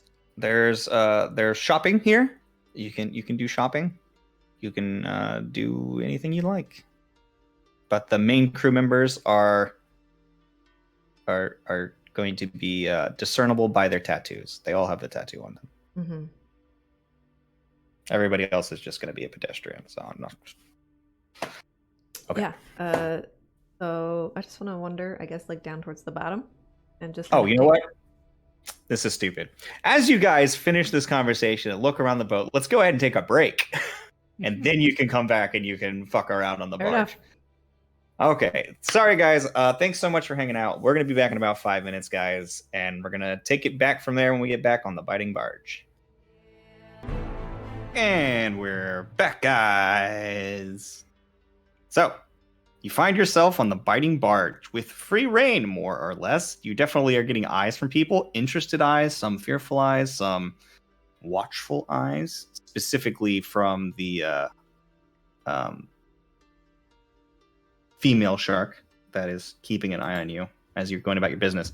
Speaking of which, they're all kind of based on different kinds of sharks, by the way. And she is an angel shark.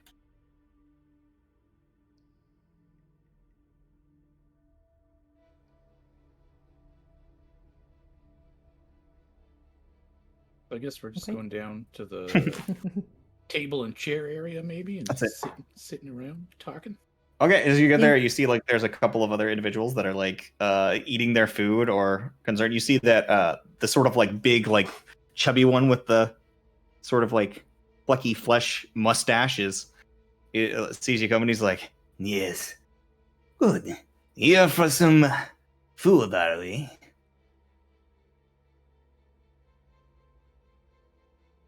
Yeah, it is lunchtime, isn't it? he starts slapping some fish into a barrel. And he's like, ah, nice. I'm glad to see that you are all doing well.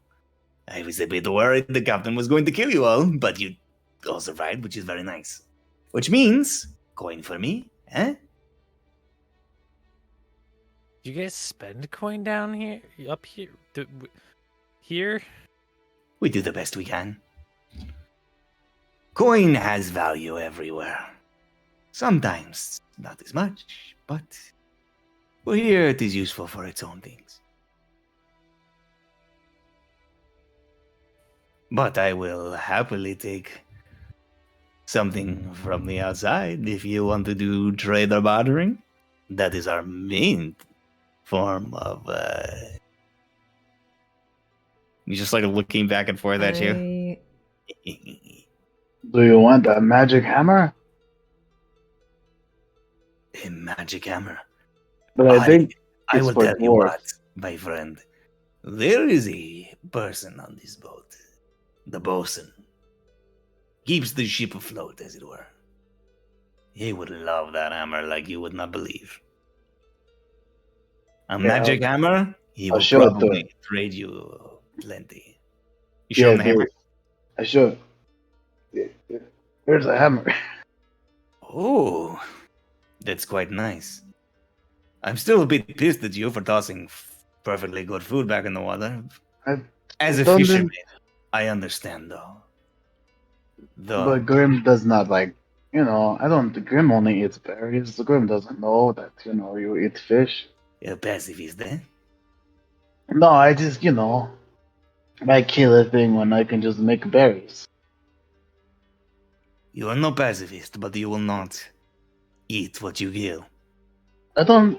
Well, no, I don't want to eat. The people I kill they're very ugly and not probably tasty. I don't think I've ever seen him kill an animal. just We to always clarify. eat what we kill here. Always. Even if it's another shark? Of course. Why waste food? Oh, okay. We have a Yes, word for spirits that. will become part of ours by consuming them. It is not a sad thing. I can see the logic. It's like recycling. Yes, very much. I'm glad So- I didn't have to eat the captain. Is there anything you would like for food? The captain is definitely not on the menu, but I do have a drink called the captain. What's that? You can see he's got some crazy fucking like alchemy looking tubes just all behind him. He's created a very intricate distillery, like right there in that location. I'm Well, gonna I'll drop tell you down. this. I'm It just is gonna the put- only spirit we have made so far. I'm just gonna slide him 2 gold and be like, does that cover it? 2 gold. I will get you a full meal, friend. We are not that greedy here. In fact, 2 gold will cover your whole table. Fair? I'm not complaining. Good. And he gets you guys some fish. He just plops it onto like this little charcoal kind of grill, and he starts cooking you guys up some fish. So, what will we be having? Do you have a preference? Sorry, I don't have anything for you, friend, except for just some seaweed. We should see some nothing. We also need at least 2 vegetarian plates. We don't do vegetarian. I figured Do the that. best you can. I figured I'll just have some berries with Grim. It's fine. Very well. By the way, my name is Wabgang Bloodkin. Nice to meet you. Nice to meet you too. Grim is Grim. You can see that he's like, I've got an actual written description. I think I described him fairly well. I dropped my disguise self now, like once we're out of view of the captain and stuff, by the way. Holy shit, you're much better looking. The hair just didn't make sense to me at all. But yes, I am the master fisherman, Wabagong Bloodkin. So he's got sort of like mottled sand colored skin. And he's got like a loose fitting white cotton shirt and a patched leather overcoat with a heavy black hood that just sort of comes over it. So he's got like this very piratey look. That's very like makeshift sort of look. And then he also has a bunch of netting across his chest and around his waist and his shoulders even. So he's just covered in nets all over the place. But yeah, that just has this sort of like, he's just got like sort of bags under his eyes, very narrow and fleshy mustache. Well, it's nice to meet you. I'm Setimera. This is Mitnir and Oren and Cleary and Grim and Propsy. And a bunch of virtues. He sort of like snarls at them. I know they're not like the most savory people, but they're just stupid. They do mean well. And they're here to make things right. Fair enough. I don't judge. The captain, it'll be hard to forgive. Yes, we noticed. He has his reasons. Yes. I implore you not to judge him too harshly. It is not his fault that this here Triton was so flimsy. Excuse me? Well, it's just he's used to fighting us, mostly. It is easy to misjudge what circumstances. Everyone is fine, so it is water under the bridge. Yes, everyone is perfectly fine. Glaring. Well then, so what do we got to eat? And you can see he's like, oh shit, all of you together. 2 more gold for these people. I don't. 4 gold even. I'll slide him 2 more gold. It's very good. So as you guys are sitting there, he's just going to cook you up some food. It's up to you to talk however you would like. You've just got the virtues with you and yourselves. The rest of the sharks have gone to do their business, I suppose. And as you guys are sitting there, you do hear that there's a sort of horn blow, and he says, all hands, we're making the move. And you guys just hear like click, click, click, click, click, click, and you can see like that big buff shark. He's kind of got like tiger stripes on his body. The one that has his arms crossed is sitting there on that sort of central sort of peg that you can see, and they're just turning it, and you can see like a chain twisting.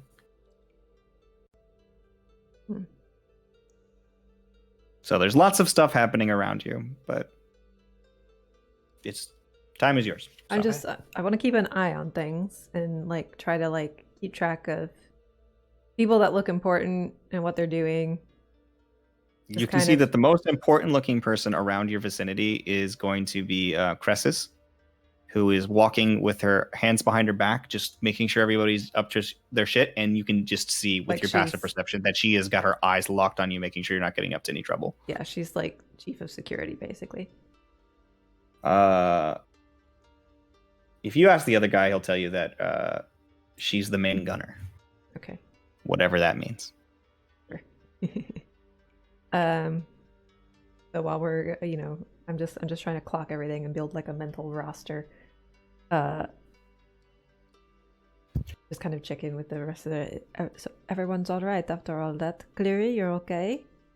You've been really quiet.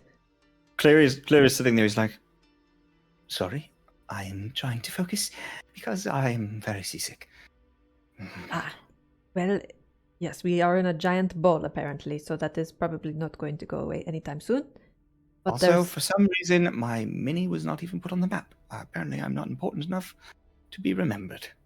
And that's why I haven't spoken. There's a lot going on. It happens. That's why I check in to make sure you've been remembered. It's a sad life I live, but it is a life. So, do we all have any thoughts about what to hear? What's going on? Particularly if you're asking me, because you did seem to bring my existence back. I was fading for a moment. She has that effect on people. I'm very curious about this island. I've been listening to the conversations going about, and those twins or whatever, they seemed relatively concerned when you mentioned the island, didn't they? Well, yeah, I mean, they're sharks, so I couldn't get a good read on them. Do you think maybe they just don't like land because they're... Yeah, that's what I thought. Maybe they were just like, oh, land, spooky, scary. I can't survive there. It makes sense. I don't know. Maybe there's something going on the island that we should know about before we go there. Maybe it's not what it seems. Maybe it's not safe haven. While you guys are talking, Aino comes and sits at your table. He's like, they're all being very mean right now, so I'm going to sit at your table. Oh, I know. I'm so sorry. Yeah, they were,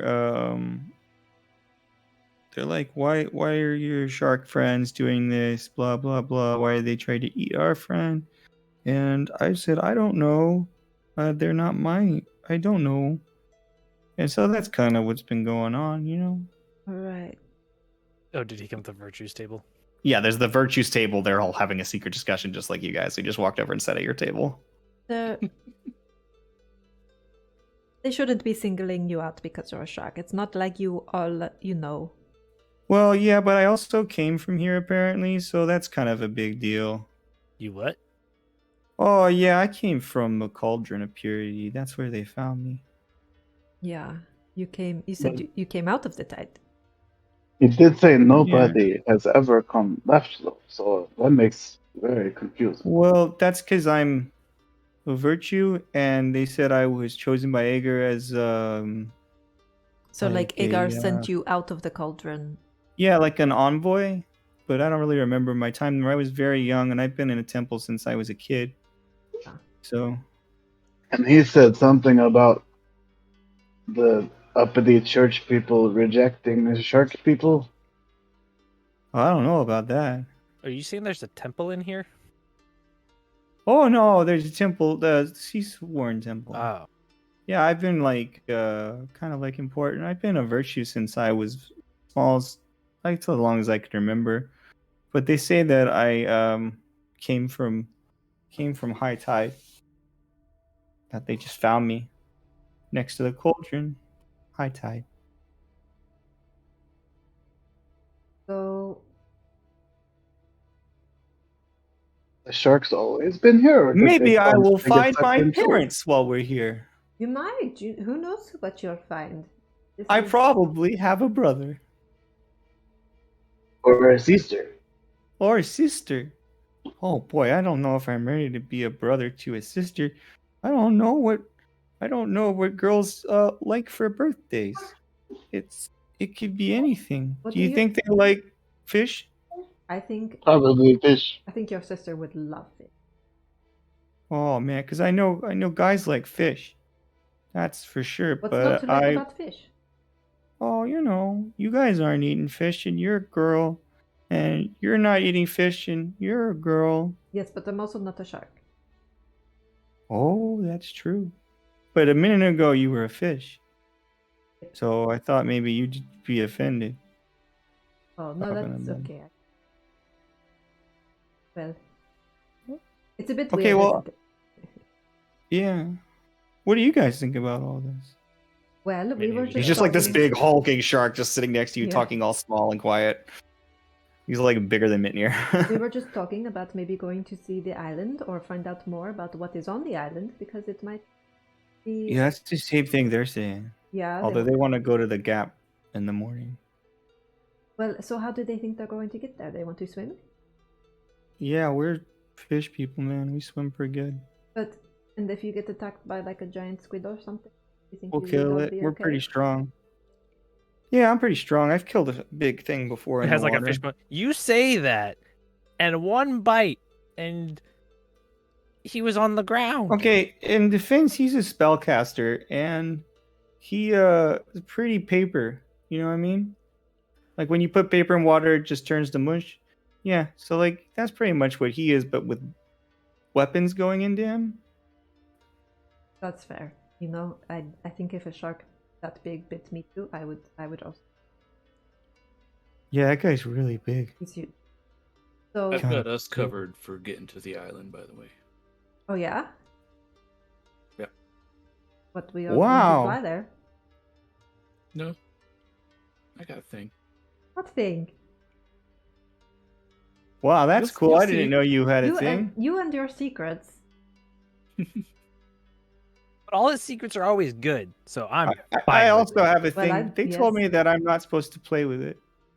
Okay, So That's don't a do that, different yeah. thing. That. Yeah.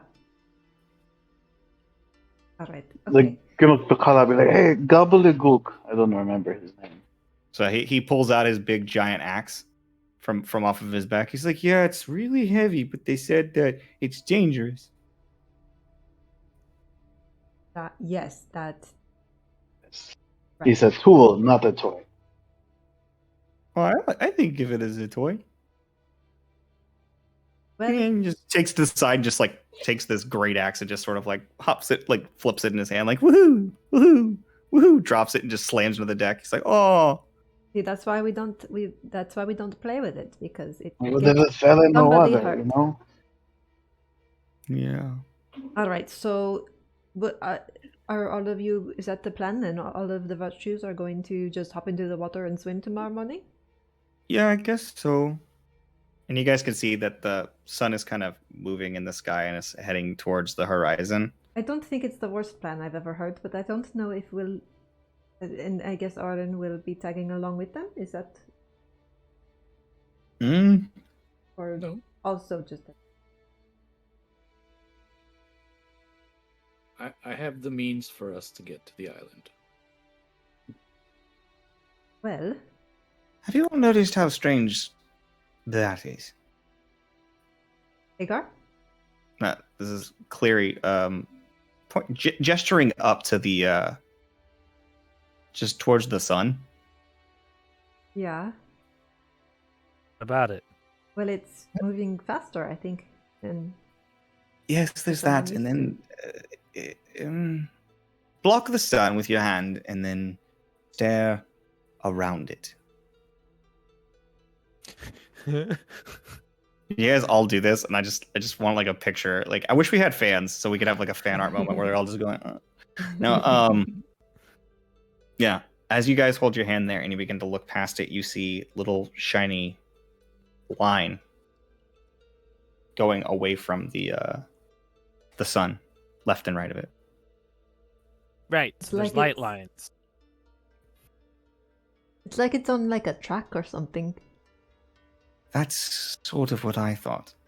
And if you look vaguely, and you can see there is a sort of dim other light, sort of like blue light coming off on the other horizon. And it is also on a track. Hmm? It looks kind of moonish, but it's just kind of like the moonlight color without any details on it. And it's just a lot dimmer than the sun one. So we are in some kind of plane, not unlike we were in the dungeon. I've read about pocket dimensions, and I think that this is probably something in that vein. Yeah, something similar. Well, you know, like when we went into the dungeon with Zephyros, and the only way out of there was when annihilated himself. So, But in that one, couldn't we just? As you guys are jump still off the talking, edge? you see, you hear a call out, and it says, "All hands, we're going!" And you see Wobblegong say, Oh, sorry, I'll get the rest of your food to you in a minute. and then he runs and he jumps off the side of the boat. And you see that that's happening all over the place. All these, every single person is jumping off the side of the ship. Some people stand up, get off of the boat next to you, and just jump off. I'm gonna like go to walk some. to the edge. Yeah, Like what? and look at what's happening. As you go out to the edge, you can see that you know there's just a splash, and you can see them like just swimming underneath the water, and then they just sort He's of like gonna put on disappear his underneath. fez and jump in. And then you can hear like the sound of the thing finally clicking and stopping, and they say, "All right, all ahead!"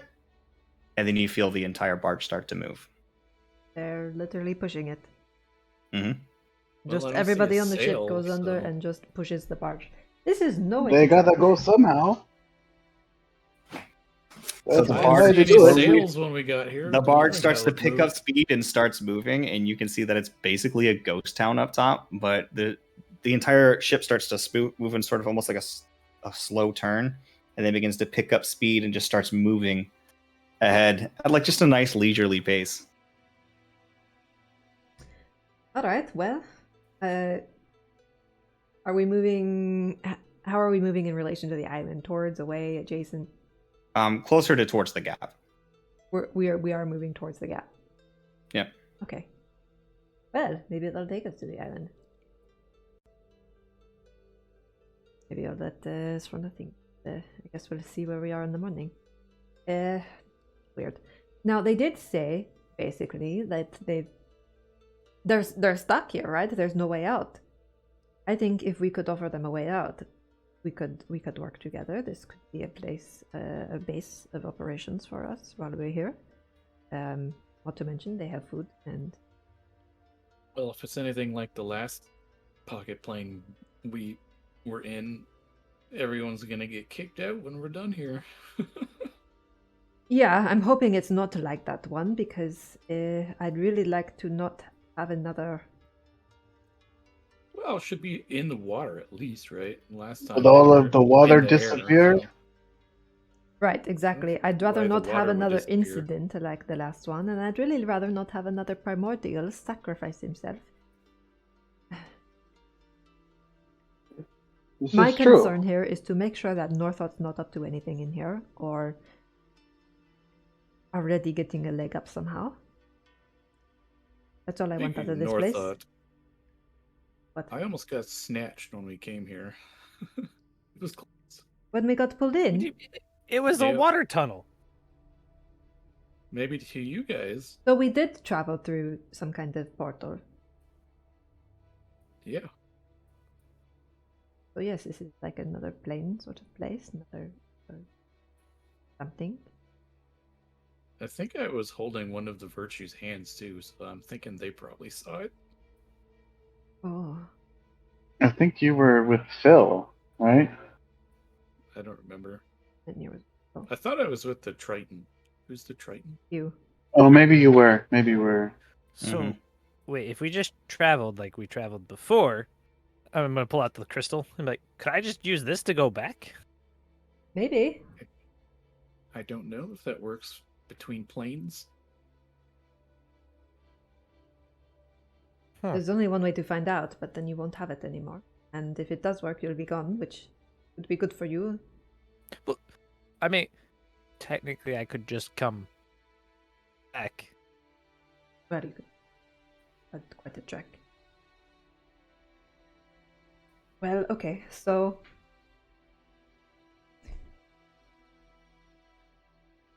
Right. We need to find a way out of here because we don't want to be stuck here the rest of our lives. But we also need to find out what Northout might be up to in the vicinity. And obviously he knows we are here. He saw Orin and tried to Well, capture me. if Agar is here, I think we know what Northought wants. Yes. It's just what is he up to? Did one of those sharks say there was other cauldrons? Or was he just making a Yeah, joke? they said this is At least not the it cauldron wasn't of the life, this is cauldron the of- cauldron yeah. of purity. Is there a cauldron The of life, or cauldron was of that some life. kind of joke that I didn't Oh, understand? Yeah. no, yeah, there's definitely 3 cauldrons. Yeah. There's three Okay. Well, what? Wait. Yeah, I saw 3 cauldrons. One Oh, So- shoot, guys, I gotta go back and sit with my guys. They're giving me eyes. Y'all have fun. Okay, have fun. Good luck over there. So don't take Edgar any might shit. not even be in this one. So, wait, He you Well, just no, they gets up, said like, that. unceremoniously and goes sits with the rest of them. I'm just gonna point to the face of this guy. Like they said that was Agar. But That's that might be one of those with every single bowl, right? Maybe that in the Agard. Why would he look like a person? Well, and like Oren, what do you mean you saw 3 of them? How did when? Oh, when we were coming to this one. you In the other little, I don't know, travel dimension, I guess you could call it. wonder if they're connected. Maybe we can go to the You different mean one. when you saw the not water tunnel? No, I was in a water tunnel, but I saw outside of it, and it was like before, with stars and black tentacles reaching towards things, and I saw 3 cauldrons that were sort of floating and spinning At this around. point, Propsy would just be like, Floating tentacles are really not fun. A lot of those reached out after me whenever we left the Trial of Elements too. Yeah, that after makes sense. When we were in the jet streams. and has. I think Northout. I think Orin probably knows, and she just like looks down. what I have inside. You mean Northought. What did I say? Orin. Oh yeah, Northought. Yeah, Orin I might do- know too. You know. I do know, yes, but Yeah, I think Well- I think Northought probably knows what I have inside. It's. I mean, that only makes sense. When he was chasing me, I think I heard him say things about getting away or something like that. I don't know. It's been a while. I mean, it's been like 24 hours, but it's been a long time. It's been like, feels like it's been months. So you guys are saying when we move between these places, you get visions. More Other like I things? see beyond what you guys see. Like for you guys, it just happens in an instant. But for me, time sort of slows down, and I see the traveled. I don't know what to call it. Travel dimensions seems right. I mean, you just kind of skeptically look at you like, Well, it is questionable. The space between planes has always been up to large amounts of debates. Do the planes merge directly, or is there space between them? That's the question. If there is stuff between them, Within what is that elemental stuff? planes, we all know that there a is little bit of syrup. they merge into one water. another.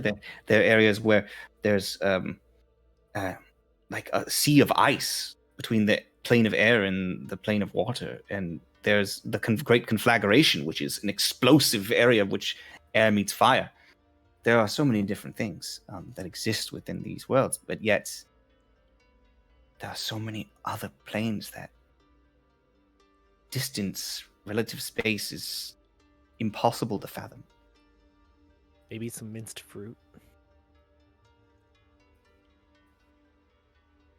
Now I only see this stuff when we travel like with weird Selindor ways. When we do the normal teleportation circle thingies, it's fine. Right. So man-made travel is okay. Weird Selindor travel. Do you have a full a few books with me? If you like, I can spend the evening perusing them and seeing if I can find out any information for you. I'm just curious, what is the difference between Selindor's portals and the magical portals that people like you make? Really, like Ours are based in the arcane laws of the material plane.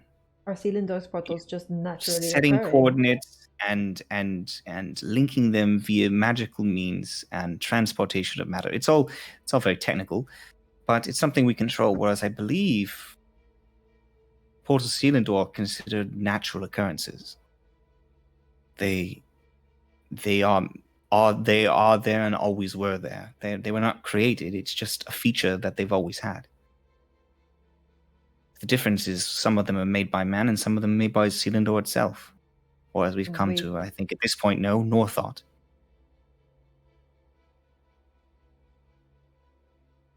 I don't know something. That's I why think it seems it is Northought.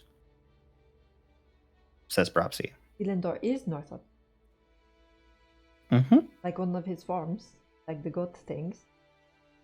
Well, when it was chasing me, the tree looked like a black tower with tentacles coming out of it. Then the branches were tentacles, and they reached out and they hit me almost out of the sky.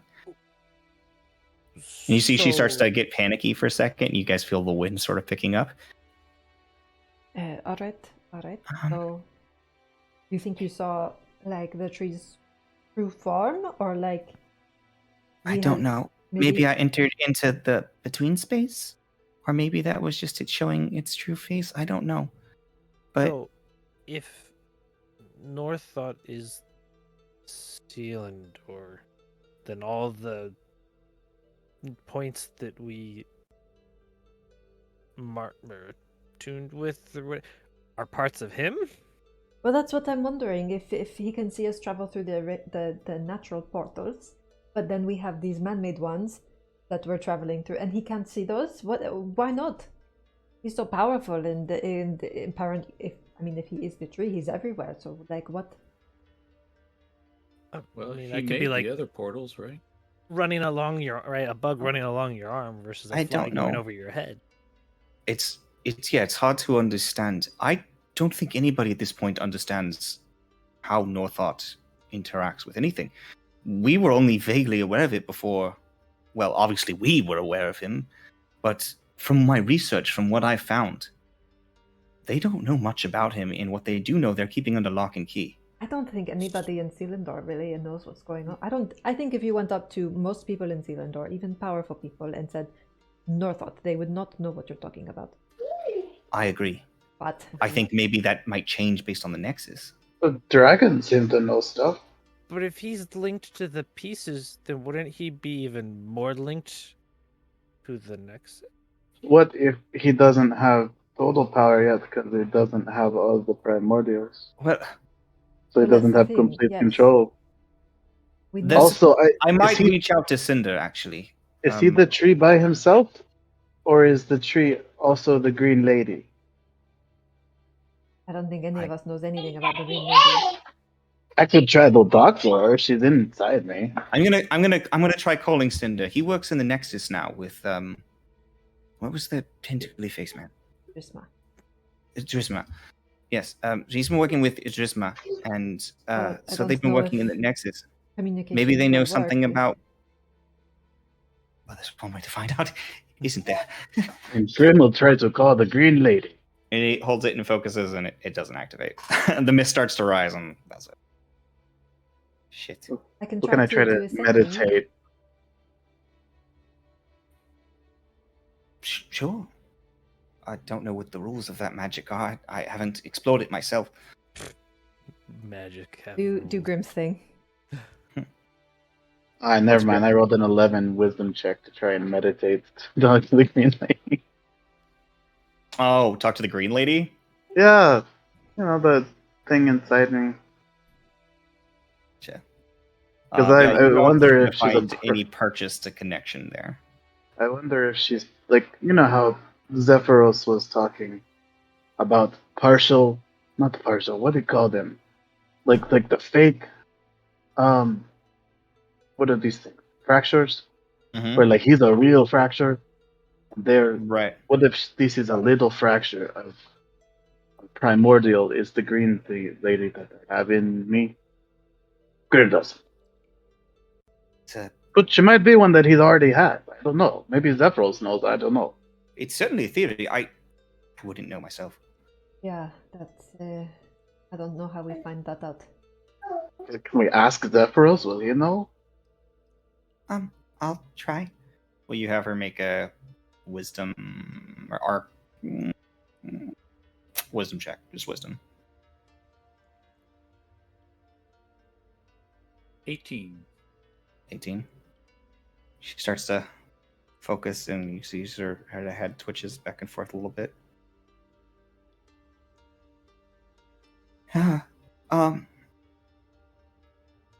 I thought for a moment that I felt Zephyros. I started to hear something, but I couldn't make it out. I'm sorry. Okay. I couldn't talk to the green lady either. So. I think Zephyros maybe is tired or something. That's kind of the feeling I got from maybe they expended their energy and getting us in here, or I don't know, something like that. It might be hard too in another primordial's domain to have his full strength. Possible. It's just making things up at this point. I don't know. Well, starters. Cleary, Yes, I never thought of you as such a scholar. I'm actually quite impressed. What 25 words should I say to Sindar? I don't know specifically 25 words, but What do we want think to ask him? the most important things to ask are specifically about Northart and at what level of knowledge the Nexus is aware of him. What do we know, and is he Selindor? Question mark. Their research. If you guys want to throw that out there to them, we could ask them to start thinking in that way, at least, and they could research it and see what they can find, and maybe we'll find out, yes, maybe the key to defeating Northart is just destroying the tree. I don't know. That's something we'll have to look into. I don't think that plan would go over well. Oh no, Yeah, that would probably be a would collapse kill of an tens of entire. thousands of people. Yes, that I would mean, be I think dangerous. regardless, we need to empty out Selindor. There's just no way But, this is. a good place I to live. think it but- would also be very important to ask him for any research they might have on the cauldrons of Ager. See if he can check the study Yes. and perhaps speak with the headmaster if he has the capacity. All right. I'm going to send a message to Selindor, and there's a 5% chance it won't arrive if it's across plains, which I'm assuming it is. Mm-hmm. I'm going to roll for that first. Nope. I'll roll for it. Oh, okay. Well, you roll for it. You just say your stuff. All right. Need info. Cauldrons of Agar. Northot is Selindor. Can Question you confirm?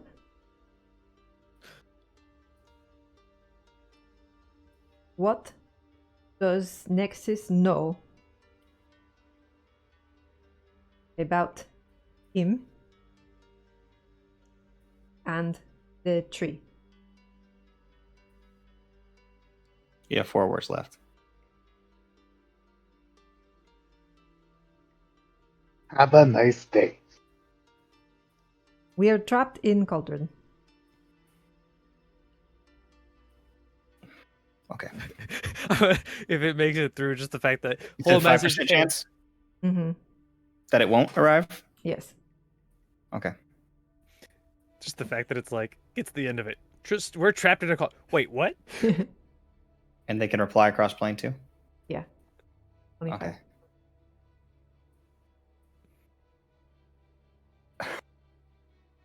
I mean, Well, it's just yeah. the player's right there, but he doesn't have the information, so I'll just answer it. You get a message back that says, Russian accent, that's all. I'll speak with you, Drisma. Stuck in cauldron? Could you be more specific? Sincerely yours, Cinder. It did say Cauldron of Agar at the beginning. So then to say that we're trapped in Cauldron at the end. "Oh, I missed that part. I don't Yeah. know why. It just kind of blew by me." Need info, Also, Cauldron of Agar. Oh, okay. Need info culture to you. He's like, I will hit the books. Alright. Well, he said he would hit the books and get back to us, I guess. Ask you stuff. So at least somebody out there knows something. But yes, I think the major players in Selindor, like the frickin', headmaster, I think they might be very well aware of the situation, of what's going on there, and they might be in on the whole fucking plot, or at least not aware enough of how evil Northot is to give a shit. In my experience, the headmaster has been eccentric, but I don't imagine he's aligned with Northot. Well, he did help protect Dropsy. Dropsy. Is Yes. Northot. Well, Well, that would be very shocking. right, you're right, he did protect Dropsy, and that is worth something. I've It does weird me out, though. Mhm. Definitely knows more than any of us. Yeah. He could be a feel- big help to us if he would just tell us what is going on. I feel I could safely say that he is not Northot, No, from my experience. I don't think that. I think Do he you does think know that- things. Guild heads know. Well, that's my Are- other issue, is there are a lot of really big, powerful people in Selindor, and they're just using it as some kind of playground, I guess. I want to ask all of these people, like Lady Hyacinth and Lord... But how many more times can you ask people questions? Should we just ask them? I mean, I don't know much about Lady can- Hyacinth. She seemed very powerful. I can send 2 more messages today. Well, she's the one that started all of this for us. Oh, well, I thought she was our best lead of people who are powerful and know things. Well, that's true too, but With the exception of Yudrisma, of course. Well, But I Don't think we get forget that the dragon. information from Cinder. I think my father's in Selindor. Oh, the dragon! Oh, you did mention that you've met a dragon, right? Yes, What's he's that very story? powerful. Didn't we took a flower from him? He was Took a f- protecting the hyacinth flower. Oh, that's right. You told But me. he knew about the Northot. He did. He's very, very old. But he didn't seem to care about anything besides garden. And Back there.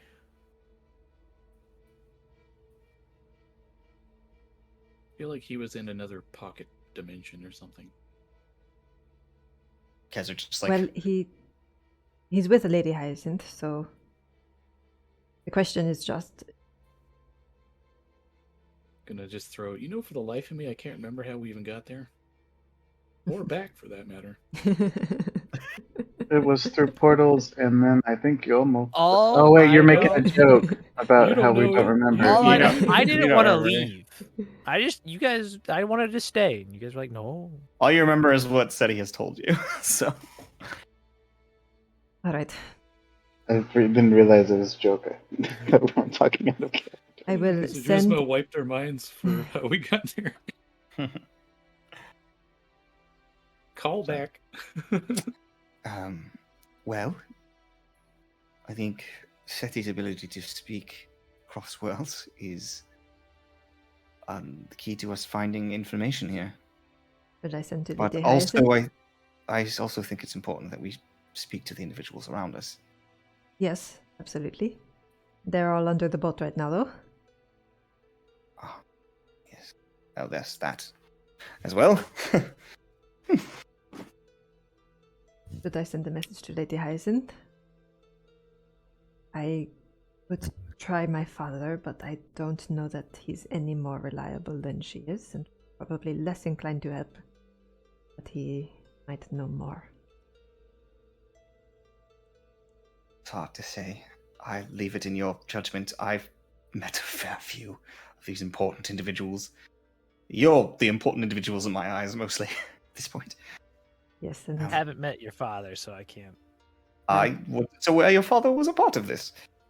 yes, I don't. I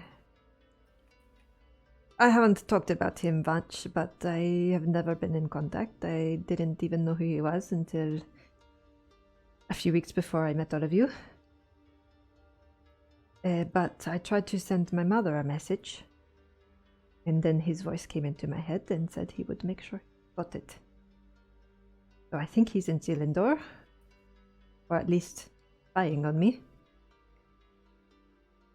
Well, And if he's little doing that, creepy. either way, however, I think he's. This is thinking- the guy who talked to his dad in his dreams. Well, it's one Right. thing when you know about it. very interesting lives that I really know nothing about. Uh, I I never hesitate. have interesting dreams. I hesitate even. But you to... don't talk to giant dragon things in your dreams?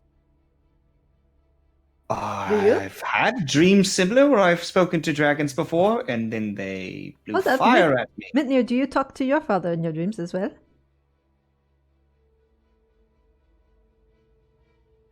It was a very No. specific example, so I have to ask.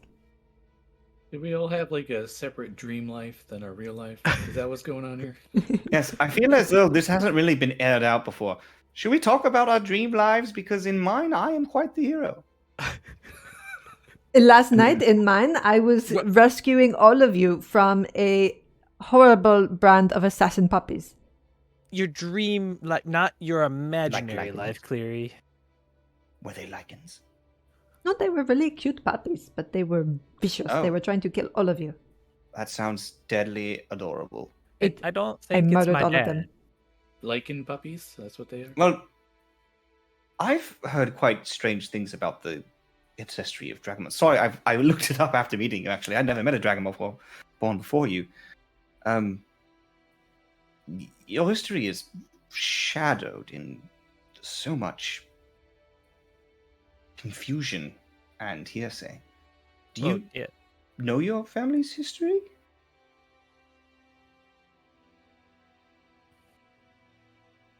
I mean, there's some stories that I know, but Love to not hear one really. sometime. Well, I mean, it's mostly like so and so went off and did a thing, and but there we had like not historians, but members of our tribe that their job was family trees. They could tell you who I was related to all the way back Oh, thousands orators. of years. Yeah. So like all the stories are told, that way. But their specific one is not to remember the other stories, but who's who. So rather than a written account of history, it is told down as stories through time. Correct. Wow. I'd love to hear one sometime. That's It's- fascinating. I imagine. It's much easier to carry those than a whole bunch of books. Do you normally share those outside your tribe, or is it more? Sometimes they're not commonly shared outside, but certain stories are more shareable If than you're others. ever up for it, I would love to hear one of your shareable stories. Absolutely. Me too. I want to hear. I'll try and think of one. That won't get me in trouble. You guys would never tell, though. It'll be fine. No, we're family. Of a sort. Of a sort. Alright. I'm going to send a message to Lady Hyacinth.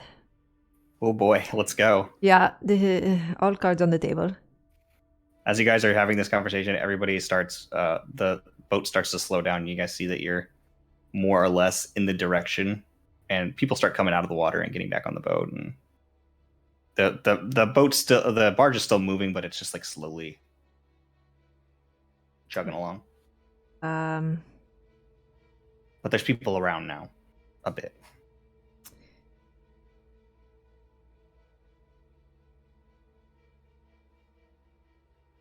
Hi.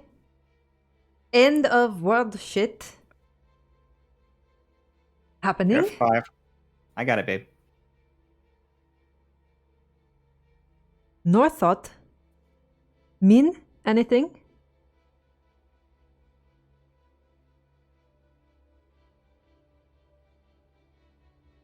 We're trapped in Cauldron of Agar.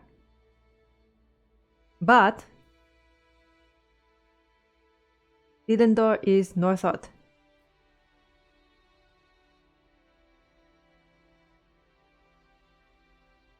What? I have 5 more. Do you know?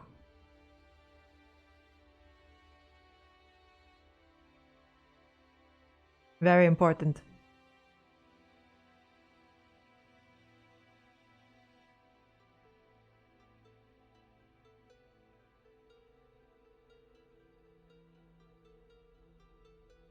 There's no response. You do not know if it was received or not. Either she didn't get my message or she's choosing to ignore me. And if she's choosing to ignore me, I think it means bad things about where her interests she's lie. dead. Well, Not to try and, be a downer, but possible, right?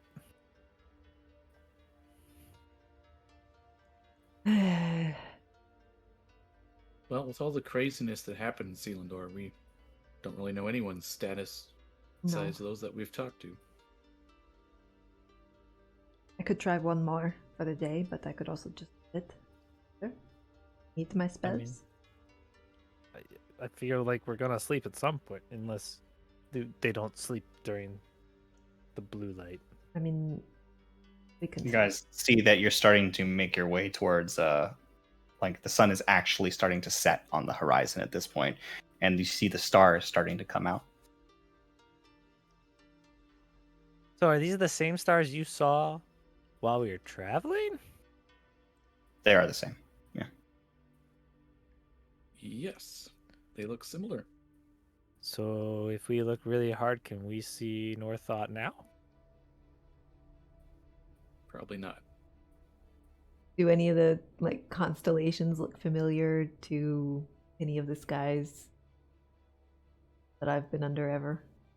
Yeah. Nope. All right. Well, we definitely need to learn more about this city, this gap, island. Oh, welcome back. Oh, that was rough. It's so hard to push the barge when you get this old. Yeah, that's. Is everyone doing well? Super well, thank What? you so much. Why You no say you're old. sails? Yeah, Hmm? but is the wind What, here not reliable or something? Is there not a better way to travel? The materials to make a sail are Yes. scarce. Not to mention the size of the barge has reached quite the large. So why not paddles? Because we are more efficient. They are fish people. That makes sense. It'd be more The efficient in force the water. of the shark folk pushing this boat, especially the Bloodkin, we move this thing quite fiercely. We were on a side easy trot ourselves. So We did not go full speed. are we heading to the gap?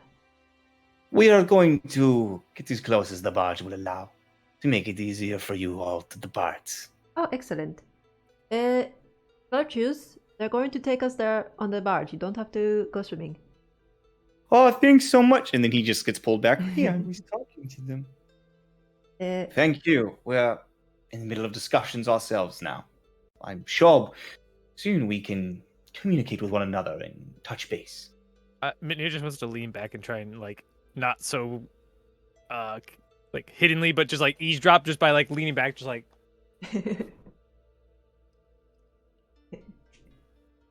So to the shark, again, must say. So if you were really old, how long have you always been in the cauldron?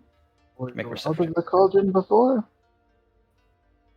Me, I have always been in the cauldron, but I've heard stories of the outside, the dreams that may be. You don't hear shit. Because You're mumbling.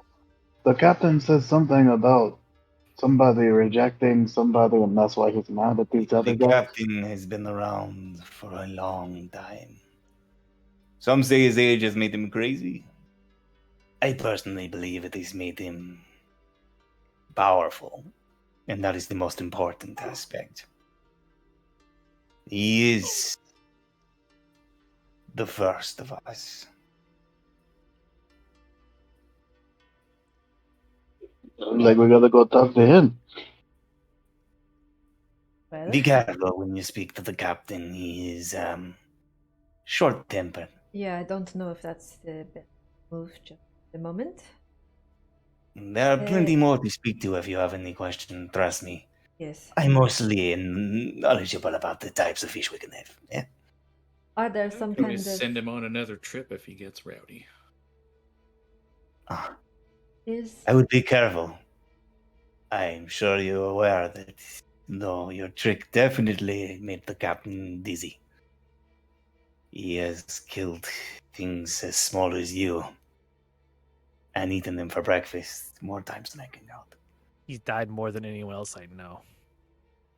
That does not bode well for your friend. I am pretty fast, though. I think I could get away from him. Let's just plan on not getting into any fights at all, yeah? No promises.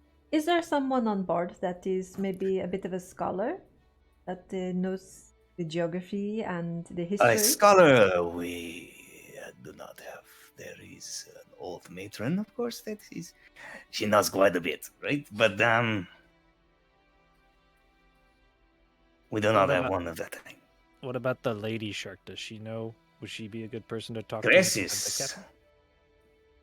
The angel knows quite a bit. She is definitely, I would say, the smartest of all of the Bloodkin. She is our what is it she does? She makes things and uses them quite well. She's an inventor of sorts. Oh, In fact, this entire barge would not work if it weren't for the small mechanics that she used just for this. well, there you go. She made Or the then you crate. could butter her up with talk of inventing stuff and things. Well, sure, I could probably improve some things around here. Or she could teach you a thing or two. I think that would be more likely the case. Maybe. We'll see. You are very confident, and I admire that. All right. Just So, say I gained a lot of knowledge recently. You should be careful. She will eat you up in more ways than one. Oh yeah. She, be careful she does not take a liking to you, is all I will say. So don't peep on her bath. Oh, you can, but she will pull you in. That only happened once, and that wasn't my fault. That's what you say, but none of us were there to see what happened. That's true. Maybe we should go get the princess's side of the story. Well, once we're out of here, I can call her and you can talk to her. Oh, you have a number. I think we. Yeah. You got those so digits? All right. We touch seals. Where might I find this this matron that might have some stories to tell? Where would she be at this time? Oh, yes, that's right. She should be at work right now. She runs a small shop. Just there. And he gestures up to the top, like up where the big hole is, where they do the fishing. So I gestures to one of those buildings. It's the one with the 3 parts. Noted. All right. Well. I'll probably go find this tinkerer and I'm just gonna Top point shot. at her because she's been watching us the whole time. Yeah, she's literally just been sitting there the whole time watching you. It's the gunner. I Yeah. think while he does that, I will take Clary to go talk to the matron. All right. So, Orin, you approach Cressus, who is sitting there looking out over the water as the, like the wind kind of passes over. You can see her kind of like fin-like, her hair-like fins that come out from under her bandana are just kind of like moving in the wind. And she smiles, and you can see these shark-like teeth, but she actually like has lips and has like humanoid almost features. They're just a little bit like flattened out and sharky. It's like the best way I could describe it. Getting a better look at her, just because I want you guys to get a full feel of all my little characters. Yeah, she has like golden color skin covering much of her body. She's got really, she has gills, are on the side of her neck, which is like thicker than like a normal person's.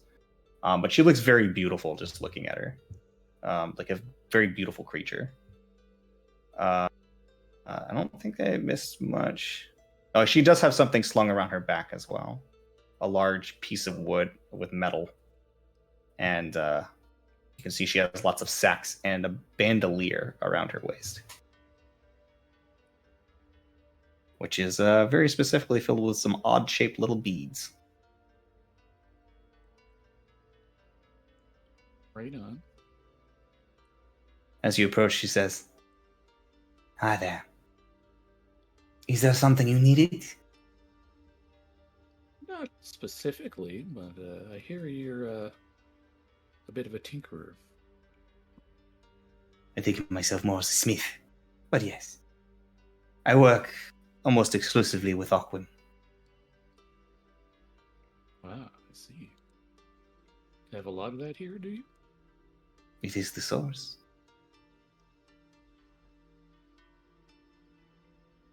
Where does it come from? Because I don't see any anywhere. You do not know much, do you? About this place? No. You cute, naive little creature. Aquim is water of Ager. Pure, pristine. Compared to the water of your material plane, I am sure it is like oil. It would never mix with that unclean water. But here, when the wellspring appears and takes, the Aquim will appear. Trust You me, have it to wait is for that to happen to get it. correct. Makes sense. Yeah, it's fine. I've never worked with Aquium, but I have worked with many other materials myself. It is a material unlike any other. So I've heard. I specifically used them for these. It's a trade secret, so I will not show you much, but she gestures to her bandolier. one of my like the little ball things. Is that one is Mhm. on the bandolier? Mhm. And what are those used for? You're asking so many questions. Yep, Buy a I'm girl dinner first, curious wouldn't you? Well, if you like fish, I love fish. I will gladly buy you a meal for information. Fair enough. Well, let's hop to it then. All right. It's a date. And she starts following you in that direction, and very awkwardly. And then as she starts walking down towards the thing, and she sits down at a table, and in the mess, she looks over to Mitnir, who's still sitting there, I assume, Yeah, I'm just kind of. and says, Don't worry, friend. You're next. and that's what we'll go ahead and end our And just session like, for the day. drink. We'll go ahead and end our session there. I think that's probably good enough. So, thanks for hanging out, guys. I know that was an uneventful ending, but it's It's time, time. and hopefully we'll play next week and not have another gap. Why do we not have any rogues in our party? Hey, Yeah. I can rogue. Rogues are No, overrated. but like when they all dove under, I was like, perfect time to pilfer. Yeah. Oh yeah. A rogue could have been just like, been like, I found all this stuff. Yeah. Yeah.